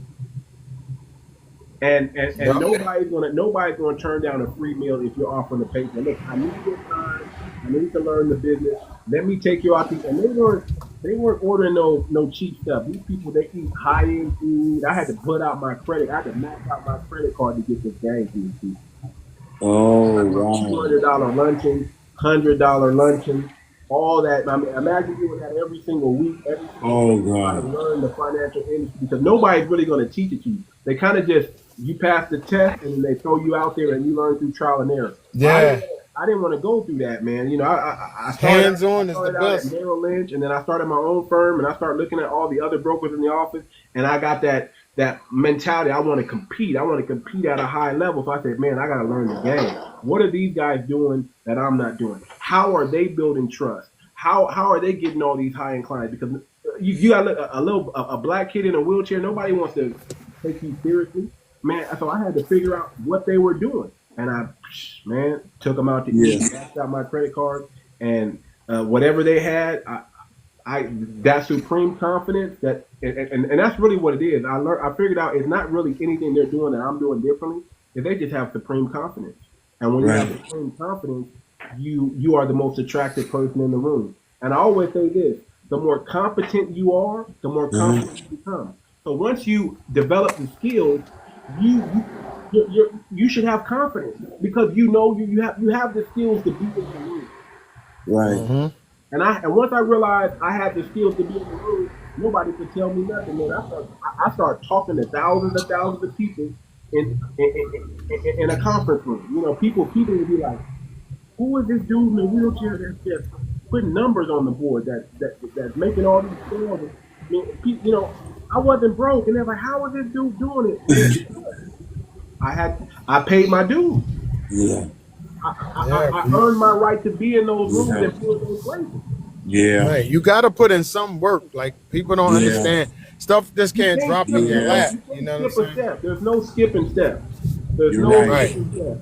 You're You right. got to go through and follow through and learn how to execute. The quicker you learn how to execute, and the more that becomes like this, Yeah. man, there's no room I can't walk into and feel like I can dominate. There's no room because I've already learned the skills prior that put me in those rooms. Now, if I have no skills to back me up, if I have no competency, if I don't know anything, man, I'm vulnerable out there. I'm weak. Yeah. But because I know I built this up already, man, I don't care what industry you put me in. I'm a dominant. I'm a dominant. Wow. That's what I'm saying. Like a lot of people don't see. Like I said, all that stuff is here. You know what I You mean? know, So just listening to us talk, like just like the Oklahoma Thunder or the New York Knicks or whoever, or maybe Magic Johnson and Kareem them. Every night they came out on the court, they all knew exactly what they each one was going to do. Um, Listening to the different skills that, that y'all have learned through life, like bro, oh my God, I can't do what some of the stuff that Too Much do. I can already see it. It's just I'm just not cut. But I got some stuff that that I do, and I do it real well. And when you bring all that together, and each man, there's no jealousy about Magic Johnson bringing the ball up court. He Coop ain't finna come tell Magic I want to bring the ball up court. He know better. That's Magic's job. right. And I mean, he got the rings to show it. Come on. And Absolutely.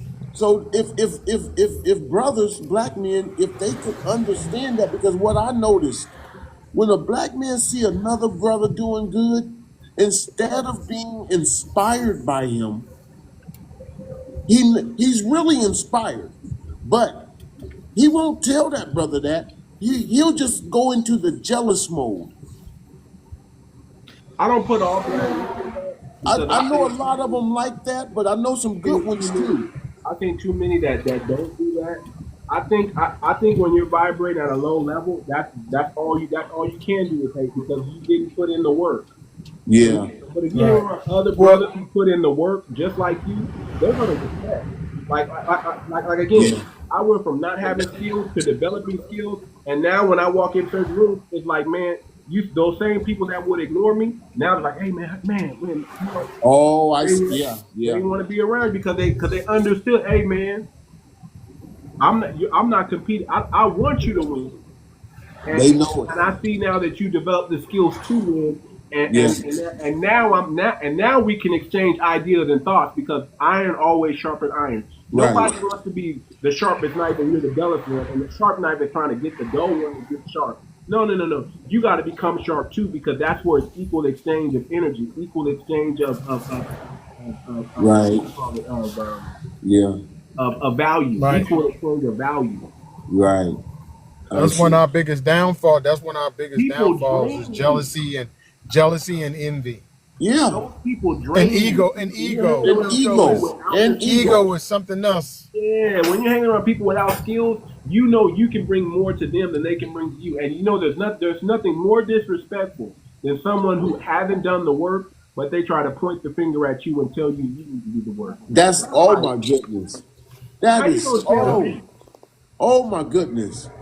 It's like Oh there's my nothing more goodness. pitiful than watching an ignorant tether try to tell me Oh about my culture. yes. That's very frustrating. They're See, completely clueless. you need to put in the work first. You need to get to where I'm at, and then iron fish. Then we can have those strategic conversations. Not me putting up with the child trying to tell an adult something. Right. I need two adults in the room that put in the work, that know what's what, and then we need to. Okay, now we can learn from each other. Now I can take a little bit from Yeah, you, you can bounce off of it. Yeah. and we can grow and expand. And it's not really a competition at that point. Yeah. It's not really a competition. It's more like, man, hey, I'm gaining from you, you're gaining from me, and we're getting Right. there together. Maybe not at the Right. same time, but we're getting there. We're Right. on the same path. Right. Because you can have a like people can have two totally different goals at the end of the road. But they might have something in common that brings them both to their individual goals. You see what I mean? Um, too much.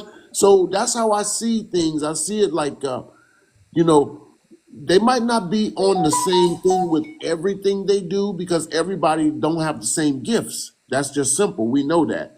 But they might have something that gets them all to where they're headed as individuals. And that's what I felt about that coin you was talking about. I was like, my God, I was like, I don't know. Maybe I'm just, I don't know. I guess maybe because they gave me that coin over at the I don't graduation. know. Maybe I'm just. I don't know. You know, but I really, the way you explained it, and I'm not even into that. I've never traded. I've never had a wallet. I don't even know the terminology. But the way you explained it, I got it. I'm glad, man. I'm glad. And I It's don't even our know nothing future, about man. it. It's our future, man. We got to know where. You know, you're talking about coming out of a system that has put us at the bottom, that has shamed us for It ain't gonna change. it's never gonna change. So It's never gonna change. we have to build our own You system have to build on your a own. platform. And the blockchain technology, that's the real see they're trying to copy the blockchain technology. The blockchain technology is already righteous. They're trying to have a form of godliness, and the blockchain is already godly. That's how I I look at it. see. It's Yeah. already godly. You try to mimic and then change and give advantage to certain people. Well, the It won't blockchain work. is really no respecter of persons. It's did you do the work or not? Yeah.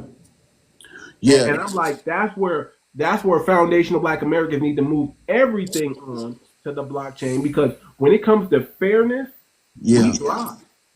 We're When it comes to blocked. clearly defined rules, a game that's not rigged, we We're will blocked. shine. We're blocked. But in this game, in this system, we're always going to be blocked because they built it, They built it. and they built it only with them in mind. So we have That's to get right. out of that system and utilize this godly, this holy, this set apart system, Right. and build our future on that. And then our wealth will dwarf their wealth over here because their wealth is stunted over here. Yeah, Their wealth exactly. only trickles up to the elite, and the only people really making money in this system is the elites. Let's keep it a It's the buck. top ones. That's It's it. the top of the top, and you're never going to be able to catch them in that system. But when you Right. come out of that system into the blockchain technology system, you can overtake them very quickly, and probably sooner than you think. Yeah. I mean, I could see it. I don't know why the vision just opened up to me when I heard you talk about it, and I didn't know anything about it, not a thing. But when I heard that, I was like, oh my goodness, because the reason I think I caught it so easy was this. I already have an understanding in myself. I've come to the conclusion that this old system is completely not for me. Period. It's not going to work for me. And it's been proven over how many hundreds of years? I don't know. But anyway, it's proven. So when I heard the fairness and the fact that this system really doesn't even allow you to be unfair, it's like the system blocks you. You're not even, in other words, you don't even fit in this system if you're unrighteous. You won't fit. It'll spit you out. It will spit you out. Not another person. The system itself will spit you out. Yeah, and that's what I like about it. And again, I think the blockchain is really old technology. We're just coming into knowledge of it today. We're just finding it again. Or God said, y'all need this technology now. Yeah. It's the right time for it. So, and that's what I believe it is. I Michael do Penn, too. you got something to say, brother? Michael Penn. Yes, I was listening to you, brothers, and what caught my attention was you saying about progressive thinking, and you need people like that, and how people that haven't been through traumas and struggles, they can't relate, which is very true. A Right. person has to relate. I've been a youth counselor where I lived 30 years working with troubled youth, and we got a program what we do, and we send the kids off to different technical schools. I believe that's our colleges. Everything now, you got engineering technical schools to build houses, and technical schools is just not. You got to look it up, and I think that's our colleges. I think we're missing that. I think I'm not saying a lot of people come at me hard that I was working with, like, why is you trying to stop kids from, because they're coming home without work for years, and then they end up working in fields that's making less than a construction field. Come on. And I'm not just saying construction. Look up technical fields. You can engineering, blueprint making. You know what I mean? But I do believe the technical schools are what we need to start at, because a lot of those guys, when you start talking about a lot of those different types of currencies, they're not going to pay no attention to that. They got to own something first. And most of the people that's causing a lot of the trouble in black communities don't own. So we got to get them to own before they can think of that. And one of the things that we're doing right now is we got a lot of abandoned houses in my neighborhood. Where's that? And we send these dudes. Say it again. Is that in the New York area? No, I live in Pittsburgh. Oh, okay. I live in Pittsburgh, Pennsylvania. I live in a town called Braddock. Okay. And it's bad. Like there's a lot of abandoned Are houses. they So we've been. dilapidated, kind of like dilapidated? Yes. Okay. Some can be rebuilt, but my cousin owns a demolition company, and we flip houses. My family owns demolition, and we flip houses. So the program I work in, we send kids to either work with my cousin or my nephew, and that's demolition and flipping houses. And there's kids that went to Rosedale for the engineering program. CCAC has an engineering program. But there's a lot of things I think we need to, like how you said, they will never let us out. I think our system is where we live. Let me say this. I agree with everything you're saying, but I want to just put a caveat to that. It's not. No, go ahead. It's not one or the other. Yeah, it's never one or the other. It's you got to It's do both. both. You got to chew You got to gum do both. and walk. You can't just chew Right. gum and stand still, and you got to do both. So you need the financial literacy, you need the blockchain technology, and you also need to own something. And it's simultaneous, and that's the problem. We try to separate it. Stop separating. It got to all flow together. And when you talk Right. about technical schools, what I preach on is mentorship and apprenticeship. That's what we got to go back to. Mentorship Right. and apprenticeship. Those are the things that those are how you accelerate learning and how you actually get the understanding more. See, a lot of people have a head knowledge, but they really don't have the spirit of a thing in them because they haven't done it before. It's all theory. There's classroom success and then there's real world application success. We need our kids to have the real world application success, not the classroom success, because you can have all these degrees and, like you said, still be broke. Still be broke. Yep. You can have all That's these why. degrees That's why. and still not know That's how to why. do the job like somebody who's been working on the job 20, 30 years before you. Because experience is always going to trump that classroom theory. So you have to be able to do both. You got to be able to own things, and you got to understand how money works. You got to understand how the blockchain works. You got to do all that simultaneously because you specialize in one area. It might take you 40 years before you own something. Right. 50 You years definitely before got to you know how own that something. money work. So you got to understand how that money works, and then you got to couple that with the blockchain. And guess what's going to happen? You will own things. Right. It comes Well, I could automatic. speak on that because that's what I did with my sons and my nephews. I told them to get in there apprenticeships. I believe in apprenticeship and mentorship because you're working while you're making your money. Because he kept trying to go to college with his friends. I tell his story all the time. My son's trying to go to college. His friends always, they're in college. So I told him, look, man, college is cool, but if you go into apprenticeship, and this before he started his family and everything, you go on apprenticeship, you're going to be getting your benefits, you're going to be learning while you're on the job, and you're getting your raises, all at the same time. And so through that, I'm saying that by the rest of his cousins and stuff seeing him, that made the other ones want to get into it too because now they got pretty much instant gratification. You just got to pass the test. That's why I try to tell the young guys, don't let you in your 30s, don't get too much, let it go too much further because you ain't gonna want to take a test. They don't want to take a test, like because after they got so many years out of doing it. I went back to school for weatherization and a couple other things at a late age, and went in there and passed. I said so. I was just letting him know you can do it too. You've been out of school for a couple years. He did it. Then his cousin did it. Both of them got married, brought their houses, got their cars. All of this was through apprenticeship, where his friends were all in debt, and now all of those friends that were in college that he kept trying to chase after them, he hired all of them. Look All at of them that. work under him. All of Wow. Look them at work that. under him. He's the top dog, making six figures. He's like, Dad, I'm making six figures. I never Do thought I y'all would, know about you an know. elevator repair? Do y'all know about elevator repair? Yeah, I know about that. That pays very good money. Does anybody know how to get into elevator repair?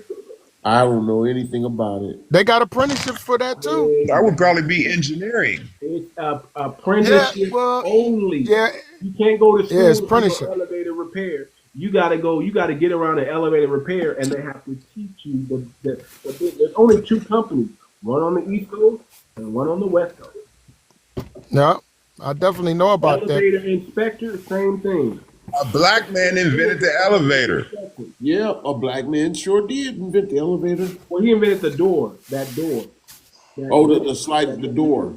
So they used to A use the lot one of that they pull you up, but he invented that door that keeps everybody safe and that opens up like. Okay. the escalator itself too. The escalator, they're all being Yeah. done by black engineers. Your Yeah. ATM machine, that's black engineers. Do the elevator So repairmen they make pretty decent money? they make Oh good yeah. money. Listen, Man, it's a dangerous job apprenticeship too. is 45. No, let me not say elevator, but elevator inspector. To be an elevator inspector as an apprenticeship, $45 an hour. And then it ranges up to $95 to $200 an hour after you become a full-blown elevator inspector. An elevator inspector, all you got to do is you don't do nothing. You just tell them what needs to be repaired. Your job is to inspect the elevator and see why it's broken, and then say, okay, you need to call this person to get it fixed because this is what the problem is. And then you call that person to get it fixed. And if they have that elevator broken for too long, they get fined by the day. So however long it takes you to figure out what that problem is, they got to pay you for your time. Elevator inspectors, elevator repairmen, they get paid. Wow. Facts. I had a brother at my church, man. And he was, man, I don't know why nobody listened to this brother. He was an elevator repairman trying to get people into the business. And I think only one person took him up on that. Out of the whole church, he was trying to get all the men involved in this, and they didn't jump on it. It's strange. Strange. And there's so much money. The brother got houses, not just house. He owns houses. Had the elevator repair, elevator inspector. He can't hear you, King. You broke up, brother. Make big money. Go ahead, Syria. Tariq. Sorry, go ahead, Tariq. Yeah, man, I just came through your live and I just happened, I was going through it. I was like, there's so many things. I'm a retired veteran, you know, from the Army and everything. And I'm an electrician. Not only am I an electrician, I do welding. I did all the mechanic work. I did a lot of things in life. I'm finna take my talents overseas because since they gave me 100% Disability. and I see that Africa is uniting now. They say I can't work over here no more, so I said, man, I still got some skill, and I don't really need their money. I want to go over there and build an infrastructure over there. I got some skill, man. I think I can go over there and I can do things. I can really do things. So I'm trying to convince my wife. I said, hey, we can even go to Thailand. We can go to the Philippines. I said, look at Africa. Africa, we look like them. I know I'm not an African. I'm an Hebrew Israelite. But I know doggone well we put the infrastructure there. I know we put the infrastructure there. And they start to wake up like I've been woke up. I've been woke up since, 2007. Well, brother, listen, I don't see nothing wrong with that. If that's what you want to do, there's nothing wrong with that. They definitely can use the help, and they definitely need the help. You know, Yeah. and if it works out for you, God bless you, man. There's a lot of Black Americans overseas right now that are Right. I know. forging a little Man, they built the infrastructure of South America. I was studying on them. I couldn't believe how many Black Americans that went over there That's and true. built the infrastructure of South America and everything. I mean, oh my God. I was sitting up there like, am I really reading this? No, that's actually true. Black Americans have contributed to almost everybody's country at some point. At one point. Yeah. And man, it blew my mind. Man, let me tell you, Asia, the whole Southeast Asia, they owe foundational Black Americans really for a lot of their infrastructure as well too. Because a lot of those brothers in the military, they went over, especially after Vietnam, and they realized how we were getting treated over here. They took their skills over there. The way they make chicken in South Korea, they got to take a foundational Black American. Oh my goodness! Don't say the chicken that. Don't I was just thinking about that, man. We went over there and taught them how to barbecue some chicken. Yeah. I was scared to say They it, do it man. almost better than us now. You know what I'm saying? Yep. You right. That's You exactly what it is. But I always say this. Brother. There's still a lot work to be done here. a lot of work to be done with our foundation of Black American people. We got to get our group together as well. We cannot go over there We and love think each that other. we leave us destined over here. We have to gather our troops here, get our people on point, get our people on code, and we got to move as a block. We have to be a close Yes. fist every time we move. Every time we move, we need Yes. to Right. smack That's somebody right. in the mouth. Okay, because we're that Yes. strong. We're that strong that you even if we walk by, we got to smack you in the mouth because it's just we're that strong. We don't mean to do it. I'm just Yeah. gonna We're let you that know. strong. If you ever hit me with that big ass hand, you ever hit me with that big ass hand you just showed, I'm suing you. I love you, Hey, my brother. I there are love you. two I'm just different. playing. Can I say I'm just playing. something? There's Marcus Garvey, and then there's Frederick Douglass. Marcus Garvey Right. wanted to leave and establish something in Africa. Frederick Douglass thought that we should stay here and build up. I think it's them combined. I think we need to Pan stay here and get Africanism. ourselves capable of sending people. So if things don't work, they got something to come back to. I'm Because like, there's a lot of people sad stories about going over there. I'm not talking bad on it, but have y'all been paying attention to the stories? yeah, You know what I yeah. mean? I So mean, it it's doesn't work not out what you if think you when ain't you got go over somebody there. waiting on you. Yeah, it's You not what you know, think when you go over there. I've been over there. It's not what you think when you go over there. You're gonna go over there and you be like you're gonna see. Let me tell you, when I went over Can there, I all I elaborate? saw was opportunity. I said, man, I could do this. I can do this. They need help with this. They need help with that. And the Right. moment you start trying to help, guess what happens? They sap. It's like the colonization. It's like you don't got to What, worry what, about nobody sabotaging you, nobody if I wiping can you. elaborate a little bit, I They're remember gonna they're being on gonna the come sea. together and sabotage you. They're gonna come. I mean, they don't understand business and fairness. They All they don't. want to be all they want to be is fear on their side, and they want to give you the. And like, hold on, brother, it's not worth it now. Now I'm not even interested. They see how much money you're making off the deal, and they think they should make that money. You're like, No. what? What? Right. No. That's I not remember. that's not how I it works. remember. I was there. I was there many times. I didn't spend 4 tours over there, and I remember when people used to touch me all the time. I'm like, why do people touch me? They say, they say because you from America. I didn't realize who I was then, and they used to touch me all the time. I went to Portugal, all types of places. When I went to Morocco and all of, and them people I'm would gonna tell you sit like there this, and brother. Stop love letting the them hell touch out of me. you. Stop letting them Blew my mind. Just make blew them me. touch your boundaries. Don't let nobody touch your hair. Don't let nobody just touch you just to be touching you. Man, you don't. People carry spirits, Right. Right.